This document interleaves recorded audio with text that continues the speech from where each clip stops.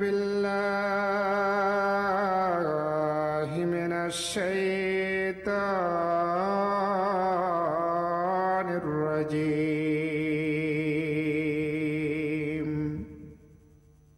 وقل الحق من ربكم فمن شاء فليؤمن ومن شاء فليكفر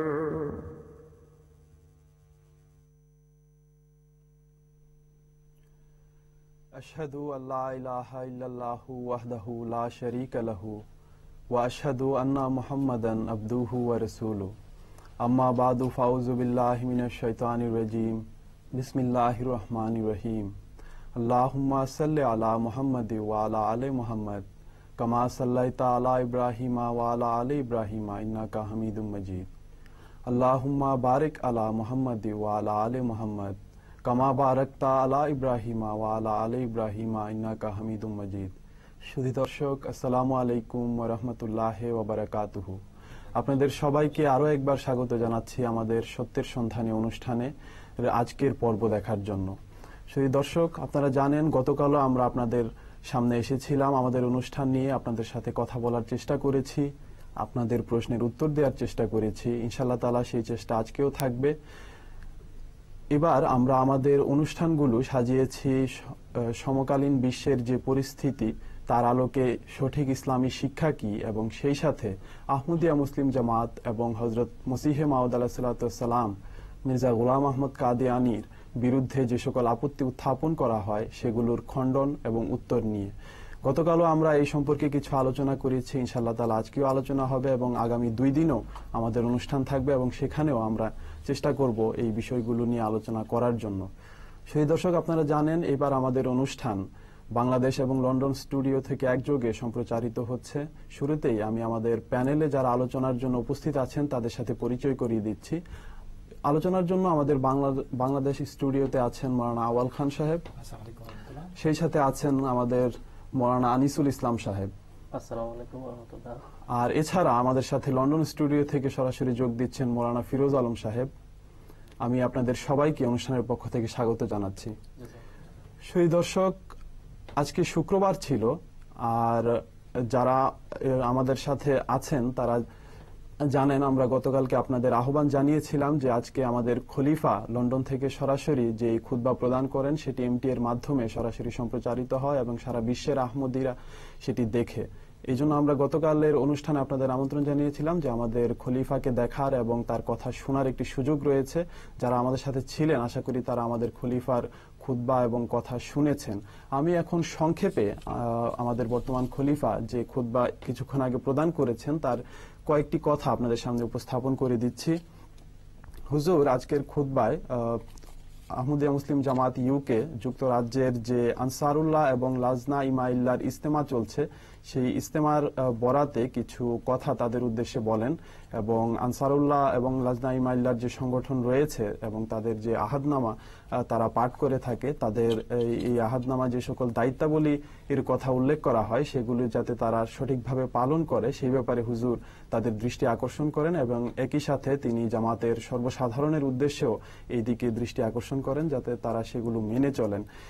এরপর হুজুর খুতবার তাদের দৃষ্টি আকর্ষণের পর আমাদের একজন ভাই জামিয়া আহমদিয়া ইউকের শেষ বর্ষের ছাত্র মাজহার আহসান সাহেবের মৃত্যুর সংবাদ দেন। ইন্না লিল্লাহি ওয়া ইন্না ইলাইহি রাজিউন, যিনি 26 বছর বয়সে ক্যান্সারে আক্রান্ত হয়ে মৃত্যুবরণ করেন। যদিও প্রথমে ক্যান্সার ভালো হয়ে গিয়েছিল কিন্তু পরবর্তীতে কোনো এক কারণে ইনফেকশন সৃষ্টি হয় এবং যার কারণে তিনি মৃত্যুবরণ করেন। হুজুর আমাদের এই ভাইয়ের মরহুম ভাই মাজহার আহসান তার জিক্রে খায়ের করেন তার খুতবায় এবং তার বিভিন্ন গুণাবলীর উল্লেখ করেন। তার মধ্যে থেকে কয়েকটি আমি আপনাদের সামনে উল্লেখ করে দিচ্ছি যে হুজুর তার উত্তম চরিত্রের কথা বলেন, খিলাফতের সাথে তার সম্পর্ক, খিলাফতের প্রতি তার আনুগত্য, নামাজের প্রতি একাগ্রতা, দৃঢ়চিত্ততা, জামাতের সেবা করার যে মন মানসিকতা তার মাঝে ছিল, একজন মুখলেস বান্দা ছিলেন, সত্যনিষ্ঠ ছিলেন এবং পরোপকারী ছিলেন ইত্যাদি বিষয়াবলী এবং তার গুণাবলীর উল্লেখ করে তার আত্মার মাগফিরাত কামনা করে হুজুর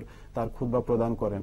আর এই খুতবার উদ্দেশ্য ছিল সর্বসাধারণের জামাতের যত সাধারণ সদস্য আছে সবার দৃষ্টি আকর্ষণ করা, যাতে আমরাও সেই ভাইয়ের যে গুণাবলীগুলো রয়েছে সেগুলো জেনে আমরা সেগুলোর কে অবলম্বনের চেষ্টা করতে পারি এবং আল্লাহ তাআলার কাছে এই ভাইয়ের জন্য দোয়া করতে পারি। শুধু দর্শক, আমি এখন আমাদের যে অনুষ্ঠানের মূল আলোচনা সেই আলোচনায় যাব, কিন্তু তার পূর্বে আমাদের যে সকল নতুন মেহমান ভাইয়েরা থাকেন আমাদের অনুষ্ঠানে তাদের কাছে যাতে আমাদের এই অনুষ্ঠানটি বোঝা সহজ হয় এবং আহমদিয়া মুসলিম জামাতকে বোঝা সহজ হয়, সেই জন্য আমরা আমাদের ধর্মবিশ্বাস তাদেরকে শুনিয়ে দিতে চাই, যাতে তাদের কাছে আমাদের যে ধর্মবিশ্বাস সেটি স্পষ্ট হয়ে যায়। সেই দর্শক, চলুন আমরা এখন হযরত মির্জা গোলাম আহমদ কাদিয়ানী আলাইহিস সালামের ভাষায় আহমদিয়া মুসলিম জামাতের ধর্মবিশ্বাস শুনে নেই।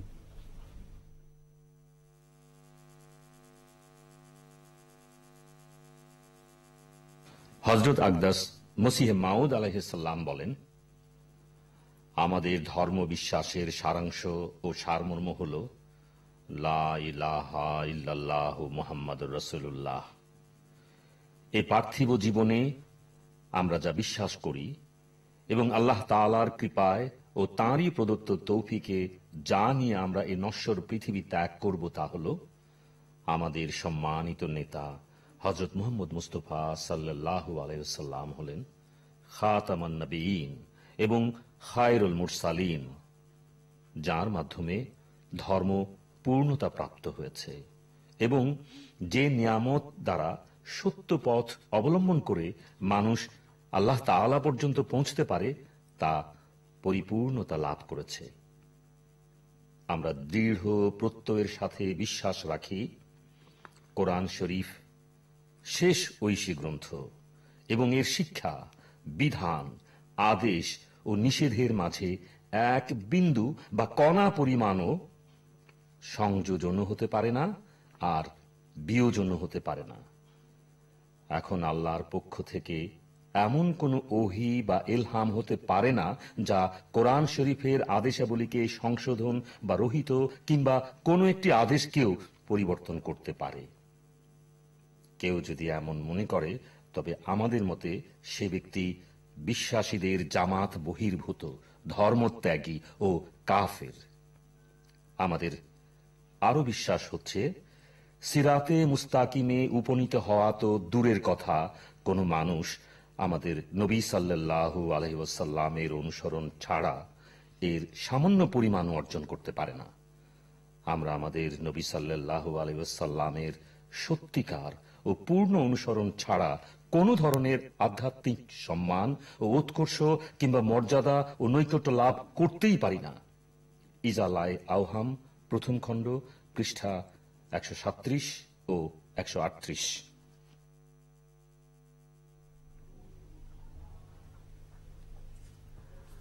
শুধু দর্শক, শুনছিলাম হযরত মির্জা গোলাম আহমদ সাহেবের ভাষায় আহমদিয়া মুসলিম জামাতের যে ধর্মবিশ্বাস সেটি। আশা করি আপনাদের কাছে বিষয়টি স্পষ্ট হয়েছে যে আমরা কি ধর্মবিশ্বাস রাখি এবং আমাদের মূল ধর্মবিশ্বাস কি। আমি এখন আলোচনায় যেতে যাচ্ছি। শুরুতে আমি মৌলানা আব্দুল আউয়াল খান সাহেবের কাছে আসব।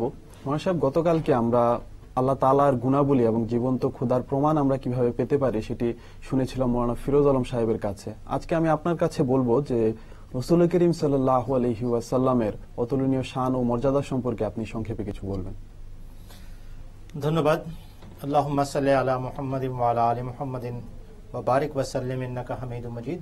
শুধু দর্শক মণ্ডলী, বিশ্বনবী মহানবী হযরত মুহাম্মদ মুস্তাফা সাল্লাল্লাহু আলাইহি ওয়াসাল্লামের যে অতুলনীয় মান ও মর্যাদার কথা আল্লাহ তাআলা পবিত্র কোরআনে নিজে উল্লেখ করেছেন, তার চেয়ে ভালো উপস্থাপন সম্ভব নয়।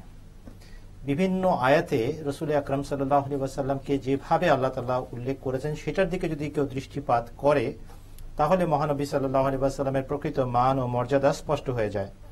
অনেকগুলো আয়াত আছে, আমি একটি আয়াত নিয়ে আরম্ভ করছি, বাকি যদি আল্লাহ তাআলা সৌভাগ্য দেন, শক্তি দেন, আরো কিছু আলোচনা করতে পারবো। সূরা আলী ইমরানের 32 নম্বর আয়াত ভীষণ তাৎপর্যপূর্ণ। সেখানে আল্লাহ তাআলা বলছেন, আউযু বিল্লাহি মিনাশ শাইতানির রাজীম, কুল ইন কুনতুম তুহিব্বুনাল্লাহা ফাত্তাবিউনি ইউহিব্বুকুমুল্লাহু ওয়া ইয়াগফির লাকুম যুনুবাকুম ওয়াল্লাহু গফুরুর রহিম। হে মুহাম্মদ সাল্লাল্লাহু আলাইহি ওয়াসাল্লাম, তুমি ঘোষণা দিয়ে বলো, তোমরা যদি আল্লাহ তাআলাকে ভালোবেসে থাকো, কুল ইন কুনতুম তুহিব্বুনাল্লাহ, যদি তোমরা আল্লাহ তাআলাকে ভালোবেসে থাকো, ফাত্তাবিউনি, আমার পূর্ণাঙ্গের অনুসরণ করো। এতে কি হবে? ইউহিব্বুকুমুল্লাহ, আল্লাহ তাআলা তাহলে তোমাদেরকে ভালোবাসবেন। ওয়া ইয়াগফির লাকুম যুনুবাকুম, আর তিনি তোমাদের পাপ তোমাদের জন্য ক্ষমা করে দিবেন। এরপরে বলছেন ওয়াল্লাহু গফুরুর রহিম, আল্লাহ তাআলা মহা ক্ষমাশীল, পরম দয়ালু। হযরত মুহাম্মদ সাল্লাল্লাহু আলাইহি ওয়াসাল্লাম কত বড় নবী ছিলেন! এত বড় নবী ছিলেন যার কোনো তুলনা হয় না। কেন? তার অনুসরণ করলে, তার পদাঙ্ক অনুযায়ী চললে আল্লাহর কাছে সান্নিধ্য লাভ হয়, আল্লাহর ভালোবাসা লাভ হয়, আল্লাহ তাআলার নৈকট্য অর্জন করা সম্ভব হয়। আর এটাই নবীদের কাজ। সমস্ত নবী আসেন আল্লাহর পথ দেখানোর জন্য, আর এই কাজে সবচেয়ে বেশি সফল হয়েছিলেন হযরত মুহাম্মদ মুস্তাফা সাল্লাল্লাহু আলাইহি ওয়াসাল্লাম। সেজন্য আরশের খোদা তাকে সম্বোধন করে বলেছেন, তুমি এত বড় নবী, তুমি ঘোষণা দিয়ে আমার বান্দাদেরকে জানিয়ে দাও, যদি তারা আমার ভালোবাসা পেতে চায়, এখন আমার ভালোবাসা পাওয়ার পথ একটি, আর সেটা হচ্ছে হযরত মুহাম্মদ সাল্লাল্লাহু আলাইহি ওয়াসাল্লামের অনুসরণ, অনুকরণ। এখানে এসে হুজুর সাল্লাল্লাহু আলাইহি ওয়াসাল্লামের সাফল্য, হুজুর সাল্লাল্লাহু আলাইহি ওয়াসাল্লামের মর্যাদা, হুজুর সাল্লাল্লাহু আলাইহি ওয়াসাল্লামের শ্রেষ্ঠত্ব সব একাকার হয়ে যাচ্ছে। হযরত ঈসা আলাইহিস সালাম খ্রিস্টানদের দাবি সবচেয়ে বড় ছিলেন, মুসাকে সবচেয়ে বড় মনে করে ইহুদিরা, অমুক নবীকে অমুক জাতি অনুসরণ করছে, তমুক নবীকে তমুক জাতি অনুসরণ করছে। কিন্তু এই দাবি, আল্লাহকে পেতে চাও, আমার পদাঙ্ক অনুসরণ করে দেখো, আল্লাহ পাবে। এটা এমন একটি বৈশিষ্ট্য যেটা হযরত মুহাম্মদ সাল্লাল্লাহু আলাইহি ওয়াসাল্লাম ছাড়া আর কোন নবীকে দেওয়া হয়নি। আর এই যে আয়াতটি আছে, ভালো করে যদি কেউ লক্ষ্য করে, এটার মধ্যে একটা অদ্ভুত দর্শন উল্লেখ করা আছে। এটার দর্শন হলো, হে প্রেমিকের দল, তোমরা আল্লাহকে এক পেশে ভাবে ভালোবেসে যাচ্ছ, এক পেশে ভাবে আল্লাহ তাআলাকে ডেকে যাচ্ছ, ভালোবাসার দাবি করছো, আল্লাহকে ভালোবেসে জীবন কাটাচ্ছ, কিন্তু জানো না আল্লাহ তোমাদেরকে ভালোবাসেন কি ভালোবাসেন না। যদি এটা জানতে চাও, তাহলে এটার শর্টকাট পথ আছে, ফাত্তাবিউনি, আমার পদাঙ্ক অনুসরণ করো। আমি যেভাবে আল্লাহকে ভালোবেসেছি, আমি যেভাবে আল্লাহকে চিনেছি, আমি যে পথে আল্লাহকে পেয়েছি, তোমরা সেই পথ ধরো। তাহলে কি হবে? ওই যে তোমাদের এক পেশে ভালোবাসা ছিল, এটা দুই পেশে হয়ে যাবে, অর্থাৎ উভয় পাশে সমান ভালোবাসা জন্ম হবে, এবং আল্লাহ তোমাদের ডাকে সাড়া দিবেন এবং তোমাদেরকে জানাবেন তিনি তোমাদেরকে এখন থেকে ভালোবাসেন। কেন ভালোবাসবেন তোমাদেরকে? আমার অনুসরণ, অনুকরণ করছো বলে। এটা হযরত মুহাম্মদ মুস্তাফা সাল্লাল্লাহু আলাইহি ওয়াসাল্লামের একক বৈশিষ্ট্য। আর এই কথা কারো অজানা নয়, বিশেষ করে আমাদের বাংলাদেশের আলেম ওলামা যারা 95% দেওবন্দি মতবাদের সাথে সম্পর্কযুক্ত, তারা সবাই জানেন হুজুর সাল্লাল্লাহু আলাইহি ওয়াসাল্লামের অনুসরণ, অনুকরণে এই উম্মতের মাঝে লক্ষ লক্ষ ওয়ালি, আউলিয়া, গওস, কুতুবের জন্ম হয়েছে। এই আয়াতের বাস্তব প্রমাণ এই জাতি উম্মতে মুহাম্মাদিয়া লাভ করেছে আর সাক্ষ্য দিয়েছে, এমন নবীর অনুসরণ করে আমরা ধন্য। কোরআন শরীফে কেবল এতটুকু বলা হয়েছে, তার শ্রেষ্ঠতা অনেক ভাষায় বর্ণনা করা হয়েছে। সূরা আহজাবের 41 নম্বর আয়াত, বিসমিল্লাহ সহ 41 নম্বর আয়াত, সেখানে আল্লাহ তাআলা কি বলেছেন? এই নবী কত বড় নবী জানো? শোনো তাহলে। আউযু বিল্লাহি মিনাশ শাইতানির রাজিম। মা কানা মুহাম্মাদুন আবা আহাদিম মির রিজালিকুম ওয়ালাকির রাসূলুল্লাহি ওয়া খাতামান নাবিয়্যিন ওয়া কানাল্লাহু বিকুল্লি শাইইন আলিমা। হ্যাঁ, তোমাদের কথা সত্য, এই নবী হযরত মুহাম্মদ সাল্লাল্লাহু আলাইহি ওয়াসাল্লাম তোমাদের মাঝ থেকে কোন প্রাপ্তবয়স্ক পুরুষের পিতা নন। ওয়ালাকির রাসূলুল্লাহ, কিন্তু তিনি আল্লাহর রাসূল এবং সেই সুবাদে তিনি উম্মতের পিতা। ওয়া খাতামান নাবিয়্যিন, আরেক ধাপ এগিয়েছেন তিনি, যে মর্যাদা এবং মান অন্য কোন নবী পান নাই। তিনি কেবল নিজ উম্মতের পিতা তাই নন, বরং তিনি সমস্ত নবীদের পিতা। তিনি নবীদের সত্যায়নকারী, তার ছোঁয়ায় নবুয়ত লাভ হয়। আদম আলাইহিস সালাম তার ছোঁয়া পেয়েছিলেন, তার কোন একটি গুণ রপ্ত করেছিলেন বলে নবী হয়েছিলেন। হযরত ইদ্রিস আলাইহিস সালাম তার কোন গুণ রপ্ত করেছিলেন বলে, তার ছাপ গায়ে নিয়েছিলেন বলে নবী হয়েছিলেন। হযরত নূহ আলাইহিস সালাম তার কোন গুণ অবলম্বন করেছিলেন বলে নবুয়ত লাভ করেছিলেন। একইভাবে সমস্ত নবী হযরত মুহাম্মদ সাল্লাল্লাহু আলাইহি ওয়াসাল্লামের কোন না কোন গুণ নিয়ে নিজেকে ধন্য করেছিলেন। আর তারা যে সত্যবাদী নবী ছিলেন তার সত্যায়ন করতে এসেছেন হযরত মুহাম্মদ মুস্তাফা আহমদে মুজতবা সাল্লাল্লাহু আলাইহি ওয়াসাল্লাম। তিনি খাতামান নবিয়্যিন, তিনি নবীগণের সিল মোহর, তিনি নবীগণের সত্যায়নকারী। এত বড় মর্যাদা আল্লাহ তাআলা তাকে দিয়েছেন। তিনি সত্যায়ন করছেন বলে মুসলমানরা আজ 1,24,000 নবী পয়গম্বরে বিশ্বাস করে। তা না হলে ওই পুরাতন নিয়ম বাইবেল আর নতুন নিয়ম বাইবেল পড়ে আর ওই তাফসীরের গল্পগুজব পড়ে কারো ক্ষমতা নাই এই 1,24,000 নবী পয়গম্বরকে বুকে হাত দিয়ে সত্যবাদী বলার। একমাত্র প্রমাণ হযরত মুহাম্মদ সাল্লাল্লাহু আলাইহি ওয়াসাল্লাম বলেছেন, আমরাও মানি, আমরাও বলতে বাধ্য। এটাকে বলে খাতামান নবিয়্যিন সাল্লাল্লাহু আলাইহি ওয়াসাল্লাম। আর এই কথাই আরেক আয়াতে আল্লাহ তাআলা বলেছেন, ওয়া সাদ্দাকাল মুরসালিন, এই মহান নবীর মর্যাদা তোমরা জানো, ইনি সমস্ত নবী সত্যায়ন করেন। অতএব হযরত মুহাম্মদ সাল্লাল্লাহু আলাইহি ওয়াসাল্লামের যে শ্রেষ্ঠত্ব এটা কোরআন দ্বারা সাব্যস্ত। আরেকভাবে আমি কথাটা বলি, কোরআন শরীফে আল্লাহ তাআলা সূরা আহজাবেই বলেছেন, আউযু বিল্লাহি মিনাশ শাইতানির রাজীম, ইন্নাল্লাহা ওয়া মালায়েকাতাহু ইউসাল্লুনা আলান নাবিয়্যি ইয়া আইয়ুহাল্লাযীনা আমানু সাল্লু আলাইহি ওয়া সাল্লিমু তাসলিমা। হে ঈমানদাররা, আল্লাহ তার প্রতি কল্যাণ বর্ষণ করছেন, তার প্রতি প্রতিনিয়ত কৃপা বর্ষণ করছেন। ফেরেশতারা তার আত্মিক উন্নতির জন্য প্রতিনিয়ত দোয়া করছে। হে ঈমানদাররা, তোমাদেরও দায়িত্ব, তোমরা এই মহান নবীর প্রতি দুরূদ পাঠ করো, তার আধ্যাত্মিক উন্নতির জন্য সকাতরে আল্লাহর কাছে দোয়া করো, তাতে তোমরা ধন্য হবে। আমার প্রেমাস্পদ হযরত মুহাম্মদ সাল্লাল্লাহু আলাইহি ওয়াসাল্লাম, তার জন্য যারা দোয়া করবে আমি তাদের প্রতি দয়া করব। প্রেমাস্পদের যারা শুভাকাঙ্ক্ষী হয় তারা আপনা আপনি সেই মূল প্রেমাস্পদ যিনি যাকে ভালোবাসেন তার প্রেমিক, তার ভালোবাসার পাত্রে পরিণত হয়ে যায়। এটা হযরত মুহাম্মদ সাল্লাল্লাহু আলাইহি ওয়াসাল্লামের বিরাট মর্যাদার দিকে পরিষ্কার স্পষ্টভাবে ইঙ্গিত করছে।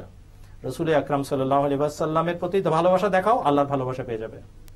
রাসূল আকরাম সাল্লাল্লাহু আলাইহি ওয়াসাল্লামের জন্য দোয়া করো, আল্লাহর পক্ষ থেকে বিরাট কল্যাণ এবং রহমতের ভাগী হবে তোমরা। হযরত মুহাম্মদ সাল্লাল্লাহু আলাইহি ওয়াসাল্লামের এই কথাটা আমি হাদিস থেকে বলি। একবার একজন সাহাবী এসে বলেন, হে আল্লাহর রাসূল, আমি সিদ্ধান্ত নিয়েছি এখন 4 ভাগের 1 ভাগ দোয়া আপনার জন্য, বাকি 4 ভাগের 3 ভাগ আমার জন্য। বলেন, খুব ভালো, লাউজিত্তা, যদি একটু বেশি করা আরো ভালো হয়। যে হে আল্লাহর রাসূল, আপনার এই কথা শুনে আমি সিদ্ধান্ত নিলাম যে এখন থেকে আমি অর্ধেক দোয়া নিজের জন্য, অর্ধেক দোয়া আপনার জন্য করে দেব। হুজুর সাল্লাল্লাহু আলাইহি ওয়াসাল্লাম বললেন, আরো ভালো, কিন্তু এর চেয়ে বাড়তি করলে আরো ভালো হয়। তিনি বললেন, তাহলে 4 ভাগের 3 ভাগ আপনার জন্য আর বাকি 4 ভাগের 1 ভাগ আমার জন্য। বলে, খুব ভালো কথা, কিন্তু আরো বাড়ালে আরো ভালো হয়। তখন তিনি বললেন, আমি বুঝতে পেরেছি, এখন থেকে আমি সমস্ত দোয়া আপনার জন্য করব। এই কথা বলার সাথে সাথে হুজুর সাল্লাল্লাহু আলাইহি ওয়াসাল্লাম বললেন, যদি তুমি এই কথা সত্য হয়ে থাকো তাহলে তুমি কৃতকার্য হয়ে গেছো, তুমি নাজাত পেয়ে গেছো, তুমি সফল হয়ে গেছো। সাফল্য চান, হযরত মুহাম্মদ মুস্তাফা সাল্লাল্লাহু আলাইহি ওয়াসাল্লামের জন্য দোয়া করেন। সাফল্য চান, হযরত মুহাম্মদ সাল্লাল্লাহু আলাইহি ওয়াসাল্লামের দোহাই দিয়ে দোয়া করেন। সাফল্য চান, নাজাত চান, আধ্যাত্মিকতা চান, হযরত মুহাম্মদ সাল্লাল্লাহু আলাইহি ওয়াসাল্লামের পূর্ণ অনুসরণ এবং অনুকরণ করেন। এই হচ্ছে আমাদের নবী, বিশ্ব নবী, খাতামুন নবীন হযরত মুহাম্মদ মুস্তাফা সাল্লাল্লাহু আলাইহি ওয়াসাল্লাম। হযরত মসিহ মাউদ আলাইহিস সালাতু ওয়াসসালাম নানা আঙ্গিকে হযরত রাসূল আকরাম সাল্লাল্লাহু আলাইহি ওয়াসাল্লামের প্রশংসা গেয়েছেন।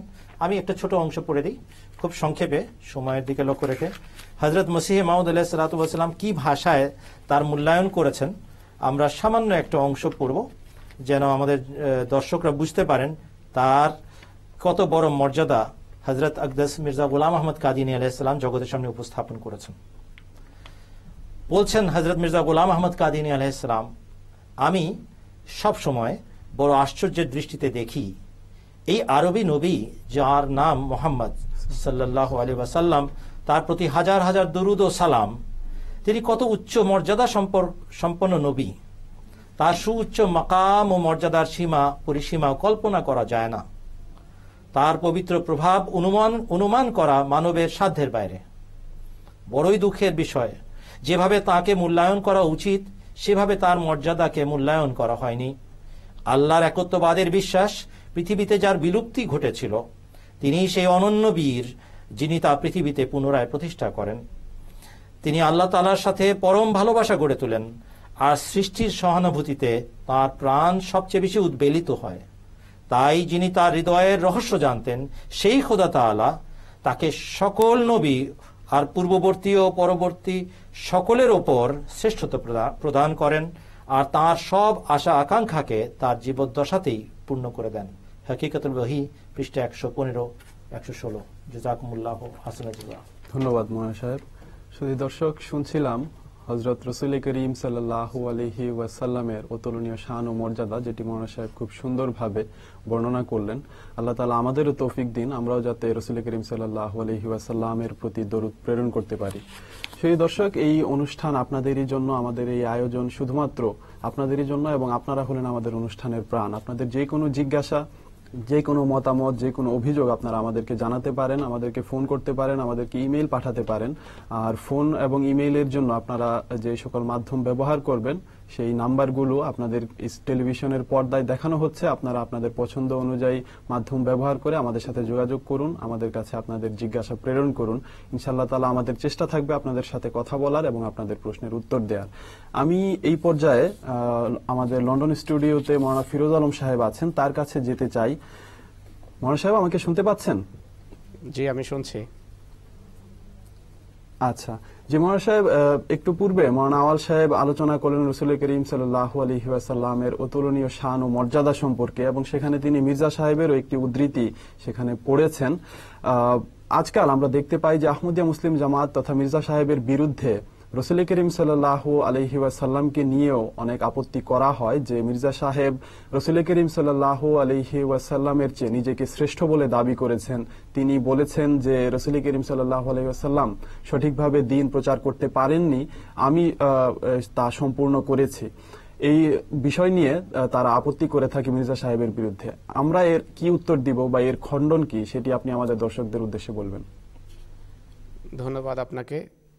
মৌলানা সাহেব ঢাকা স্টুডিও থেকে যে উত্তর দিয়েছেন তার প্রশ্নের, তাতেই স্পষ্ট করেছেন যে যিনি যুগের মসিহ এবং মাহদি হওয়ার দাবি করেছেন, তার দৃষ্টিতে হযরত মুহাম্মদ রাসূলুল্লাহ সাল্লাল্লাহু আলাইহি ওয়াসাল্লামের পবিত্র মকাম এবং মর্যাদা কী ছিল, কত বড় রসুল তিনি ছিলেন, কিভাবে নিবেদিত ছিলেন সেই রসুলের জন্য এবং তার ধর্মের জন্য হযরত মির্জা গোলাম আহমদ আলাইহিস সালাতু ওয়াস সালাম। সেখানেই এই প্রশ্নের উত্তর রয়েছে।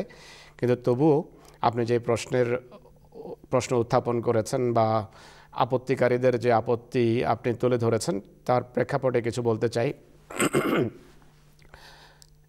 হযরত মসিহ মাউদ আলাইহিস সালাতু ওয়াস সালাম কোথাও এইভাবে কথাটা বলেননি যে রাসূল করিম সাল্লাল্লাহু আলাইহি ওয়াসাল্লাম পারেননি, আমি পেরেছি। রাসূল করিম সাল্লাল্লাহু আলাইহি ওয়াসাল্লাম ইসলাম ধর্ম প্রচারের কাজ শেষ করতে পারেননি, আমি সেটি পেরেছি আমার যোগ্যতা বলে। এই কথা হযরত মসিহ মাউদ ইসলাম বলেননি। যারা এইভাবে কথা উত্থাপন করে মানুষকে বিভ্রান্ত করার জন্য, তারা মিথ্যা বলে। হযরত মসিহ মাউদ আলাইহিস সালাতু ওয়াস সালাম যুগের মাহদি এবং যুগের ঈসা, যার আগমনের সংবাদ হযরত মুহাম্মদ সাল্লাল্লাহু আলাইহি ওয়াসাল্লামের হাদিসে দেখা যায়। তিনি এক জায়গায় লিখেছেন এই সম্পর্কে যে যেহেতু মহানবী সাল্লাল্লাহু আলাইহি সাল্লামের উপর অর্পিত দ্বিতীয় আবশ্যকীয় দায়িত্ব ছিল হেদায়েতের প্রচার ও প্রসারের কাজকে পূর্ণতা দান করা। হেদায়েতের প্রচার এবং প্রসারের কাজ পূর্ণ করা, এটি রাসূলুল্লাহ সাল্লাল্লাহু আলাইহি ওয়াসাল্লামের দ্বিতীয় দায়িত্ব ছিল। প্রথম কাজ কী ছিল? প্রথম কাজ ছিল হেদায়েতটা সম্পূর্ণ করা।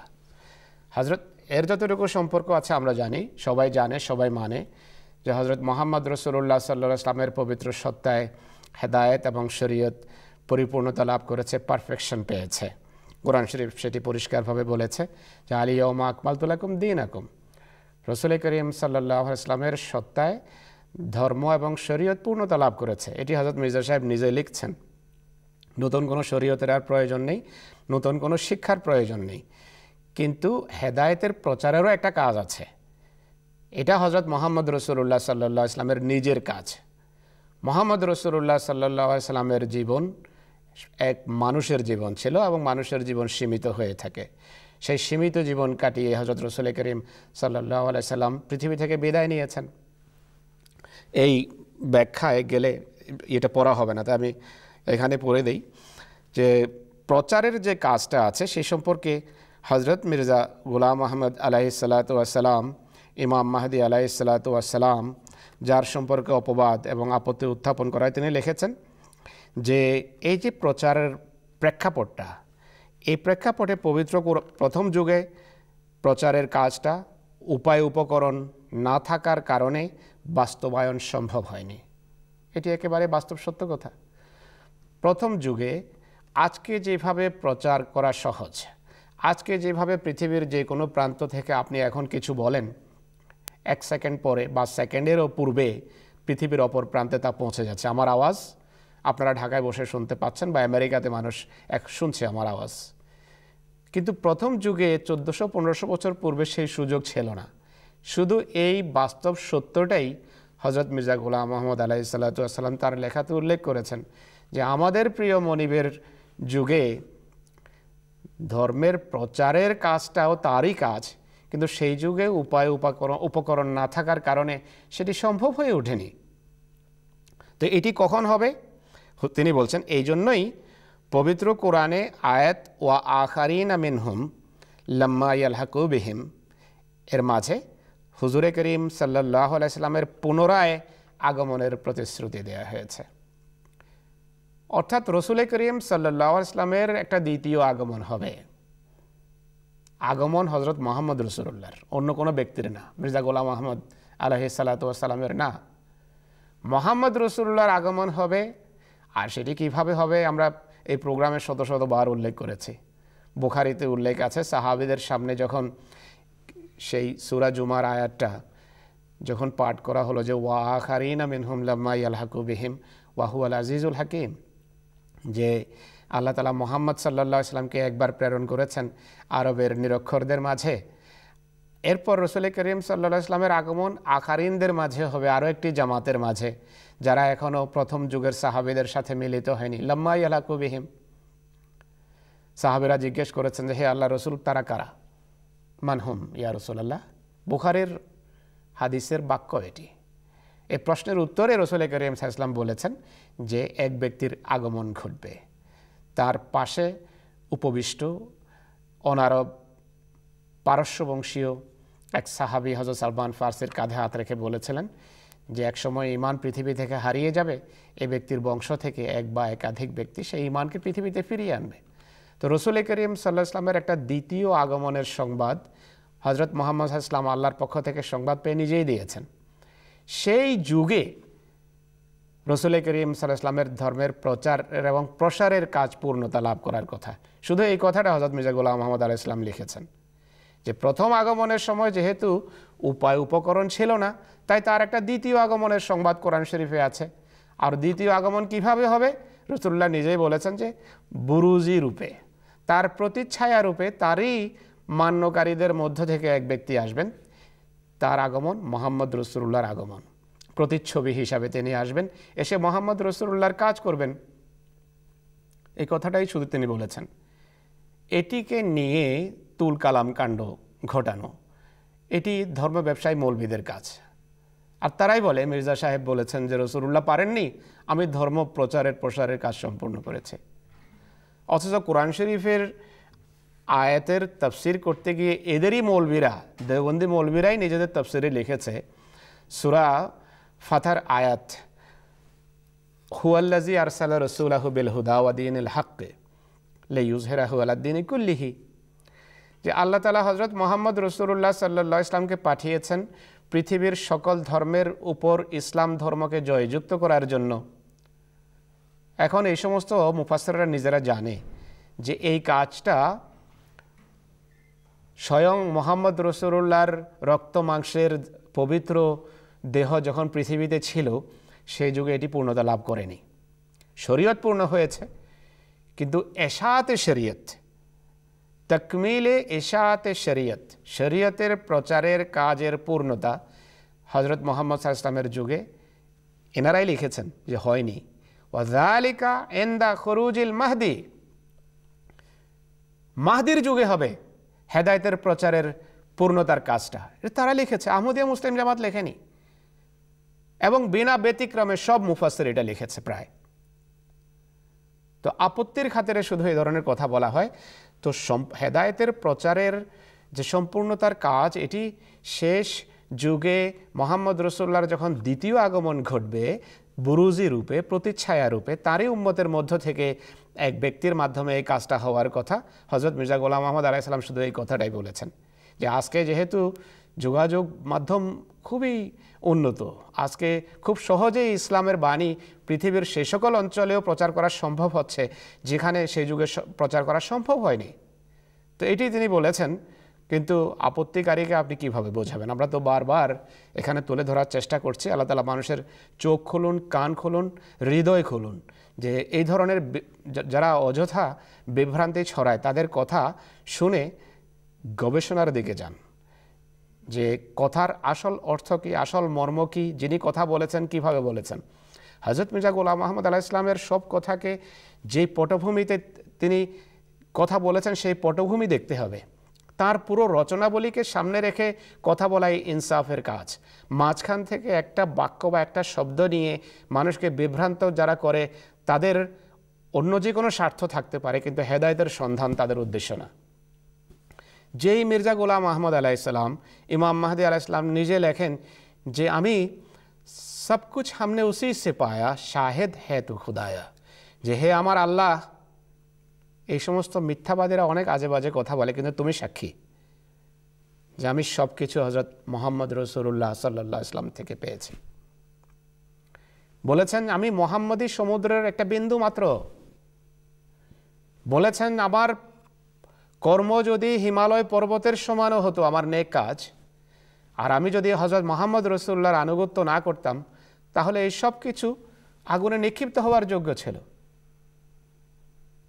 যে ব্যক্তি এই ধরনের কথা লিখেছেন এবং যার রচনাবলিতে হযরত রাসূল করিম সাল্লাল্লাহু আলাইহি সাল্লামের জন্য, তার ধর্মের জন্য এত আত্মাভিমান, এত গভীর ভালোবাসা দেখা যায়, তিনি লিখেছেন যে হযরত মুহাম্মদ সাল্লাল্লাহু আলাইহি সাল্লামের বিরুদ্ধে যারা কটূক্তি করে, এতে আমার এত কষ্ট হয়, এমনভাবে আমার হৃদয়ের রক্তক্ষরণ হয় যে আমার সামনে যদি একে একে আমার প্রতিটি সন্তানকে জবাই করে দেওয়া হয়, তবুও আমার তত কষ্ট হতো না যতটা এদের অপলাপ শুনে মুহাম্মদ রাসূলুল্লাহ সম্পর্কে আমার কষ্ট হয়।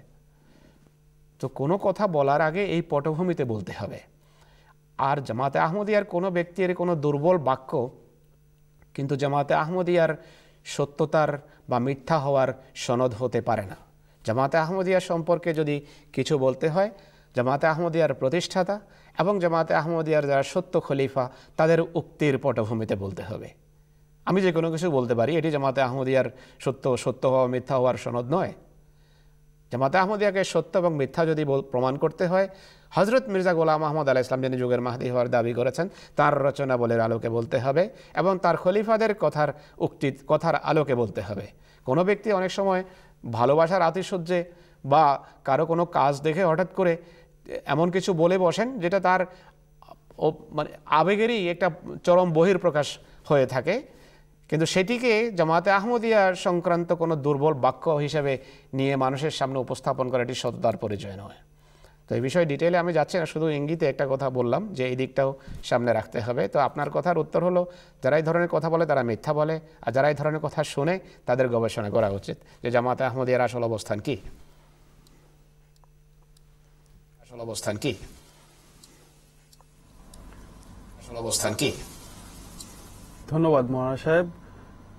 সুধী দর্শক, আমরা শুনলাম যে আমাদের হযরত মির্জা গোলাম আহমদ কাদিয়ানী আলাইহিস সালাতু ওয়াস সালামের বিরুদ্ধে যে আপত্তি করা হয় যে তিনি যে রাসূল করিম সাল্লাল্লাহু আলাইহি ওয়াসাল্লামের যে শ্রেষ্ঠ হবার দাবি করেছেন সেটি আসলে ভুল, সঠিক নয়, এবং এই ধরনের আপত্তি যারা মির্জা সাহেবের লেখনী যেগুলো রয়েছে সেগুলোকে না বোঝার কারণে এই ধরনের আপত্তি উত্থাপন করা হয়।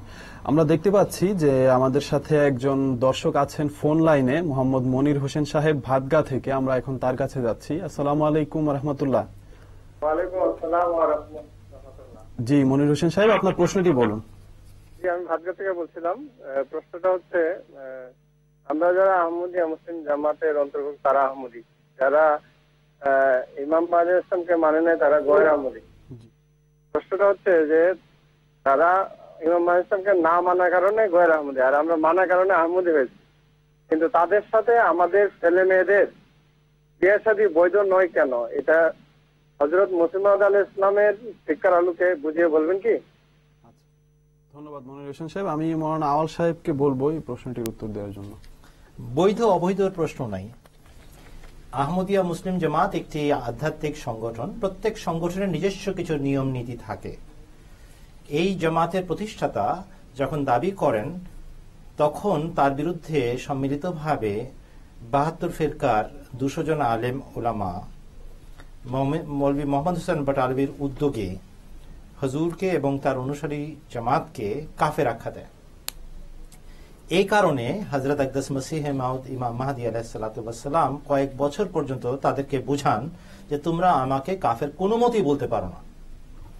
আমি কলেমা, নামাজ, রোজা, যাকাত, হজ সব মানি, যতগুলো বিষয়ে ঈমান রাখতে হয় সব বিষয়ে ঈমান রাখি, এবং কোরআন শরীফের দ্ব্যর্থহীন ঘোষণা অনুযায়ী আমি হযরত ঈসা আলাইহিস সালাতু ওয়াস সালাম, যিনি বনি ইসরাইল জাতির নবী হিসেবে এসেছিলেন, তাকে মৃত ঘোষণা করছি। কোরআন বলে বলে বলছি, কোরআন অনুযায়ী কথা বলছি, এর পরেও তোমরা আমাকে কাফের ঘোষণা করবে?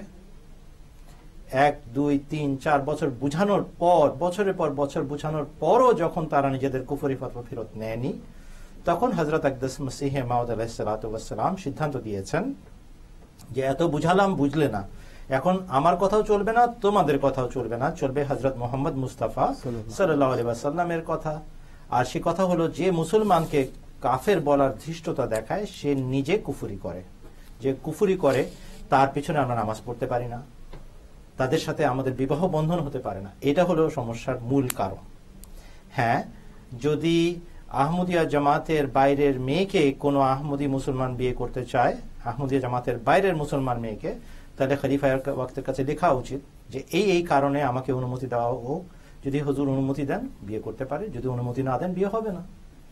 দেখেন, এটা কেবল আহমদি এবং অআহমদিদের প্রশ্ন না। মারবাড়ি নামে একটা সম্প্রদায় আছে, ব্যবসায়ী, তাদের বিয়ে তাদের মধ্যে হয়।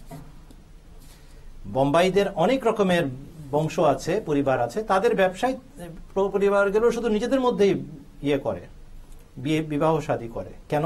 তাদের মধ্যে কমন গ্রাউন্ডস আছে, অনেক কিছু সাধারণ একক আছে যেটার মাধ্যমে তারা মিল খায়, তাদের চরিত্র, স্বভাব এবং জীবনযাপন পদ্ধতি। সেই হিসেবে তাদেরকে সুখী সমৃদ্ধ জীবনের অধিকারী করার জন্য পিতামাতা নিজেদের মধ্যে বিয়ে দেন। আমি বাংলাদেশের আলোকে বলতে পারি, একটা পুরনো পরিবার ছিল রাজনৈতিক। আমি সেই বাড়িতে গেলাম গুলশানে দাওয়াত খেতে, এবং সে বাড়ির ছেলেরা এখানকার রংপুরের পরিবার, এবং পুরনো রাজনৈতিক পরিবার, বিতর্কিত রাজনীতি, কিন্তু তারপরেও রাজনৈতিক পরিবার হিসাবে যথেষ্ট ঐতিহ্যবাহী। সেখানে গিয়ে দেখলাম সেই বাড়ির বৌমাদের চেহারা সুরতের সাথে এই বাড়ির রাজকুমারদের কোনো মিল নাই। আমি জিজ্ঞেসই করে ফেললাম এক পর্যায়ে, বিয়ে হলো কিভাবে? বলেন, আব্বা ঠিক করেছিলেন, তার কলিগ ছিলেন রাজনৈতিক, ওই পার থেকে নিয়ে এসছেন। তো সাধারণ রাজনৈতিক পরিবারগুলো নিজেদের মাঝে বিয়ে দেয়, কেননা তাদের কোনো জায়গায় না কোনো জায়গায় আদর্শগত মিল আছে। আহমদিয়া মুসলিম জামাতের সদস্যরা এক আধ্যাত্মিক পিতার সন্তান হিসাবে, হযরত মুহাম্মদ মুস্তাফা সাল্লাল্লাহু আলাইহি ওয়াসাল্লামের অনুসারী হিসাবে নিজেদের মাঝে গভীরতম সম্পর্ক রাখে। এই কারণে আমাদের মাঝে বিয়ে শাদী হওয়াটা স্বাভাবিক ব্যাপার। আর যদি তা না হয়, বাইরের বিয়ে হয়, তাহলে কি ঘটনা ঘটবে? ফতোয়া দেওয়া আছে ৭২ ফিরকার আলেমদের পক্ষ থেকে যে কাদিয়ানি বা আহমদিরা কাফের। সাহেব যদি আহমদি হন আর বেগম সাহেব যদি গায়র আহমদি হন, বেগম সাহেব বলবেন, হে আমার সাহেব, যদিও তোমাকে আমি সাহেব বা স্বামী হিসেবে বরণ করেছি, কিন্তু আমার ব্যাক অফ মাই হেড, আমার মাথায় আছে আপনি কিন্তু আসলে মুসলমান না, আমার হুজুরা বলেছেন।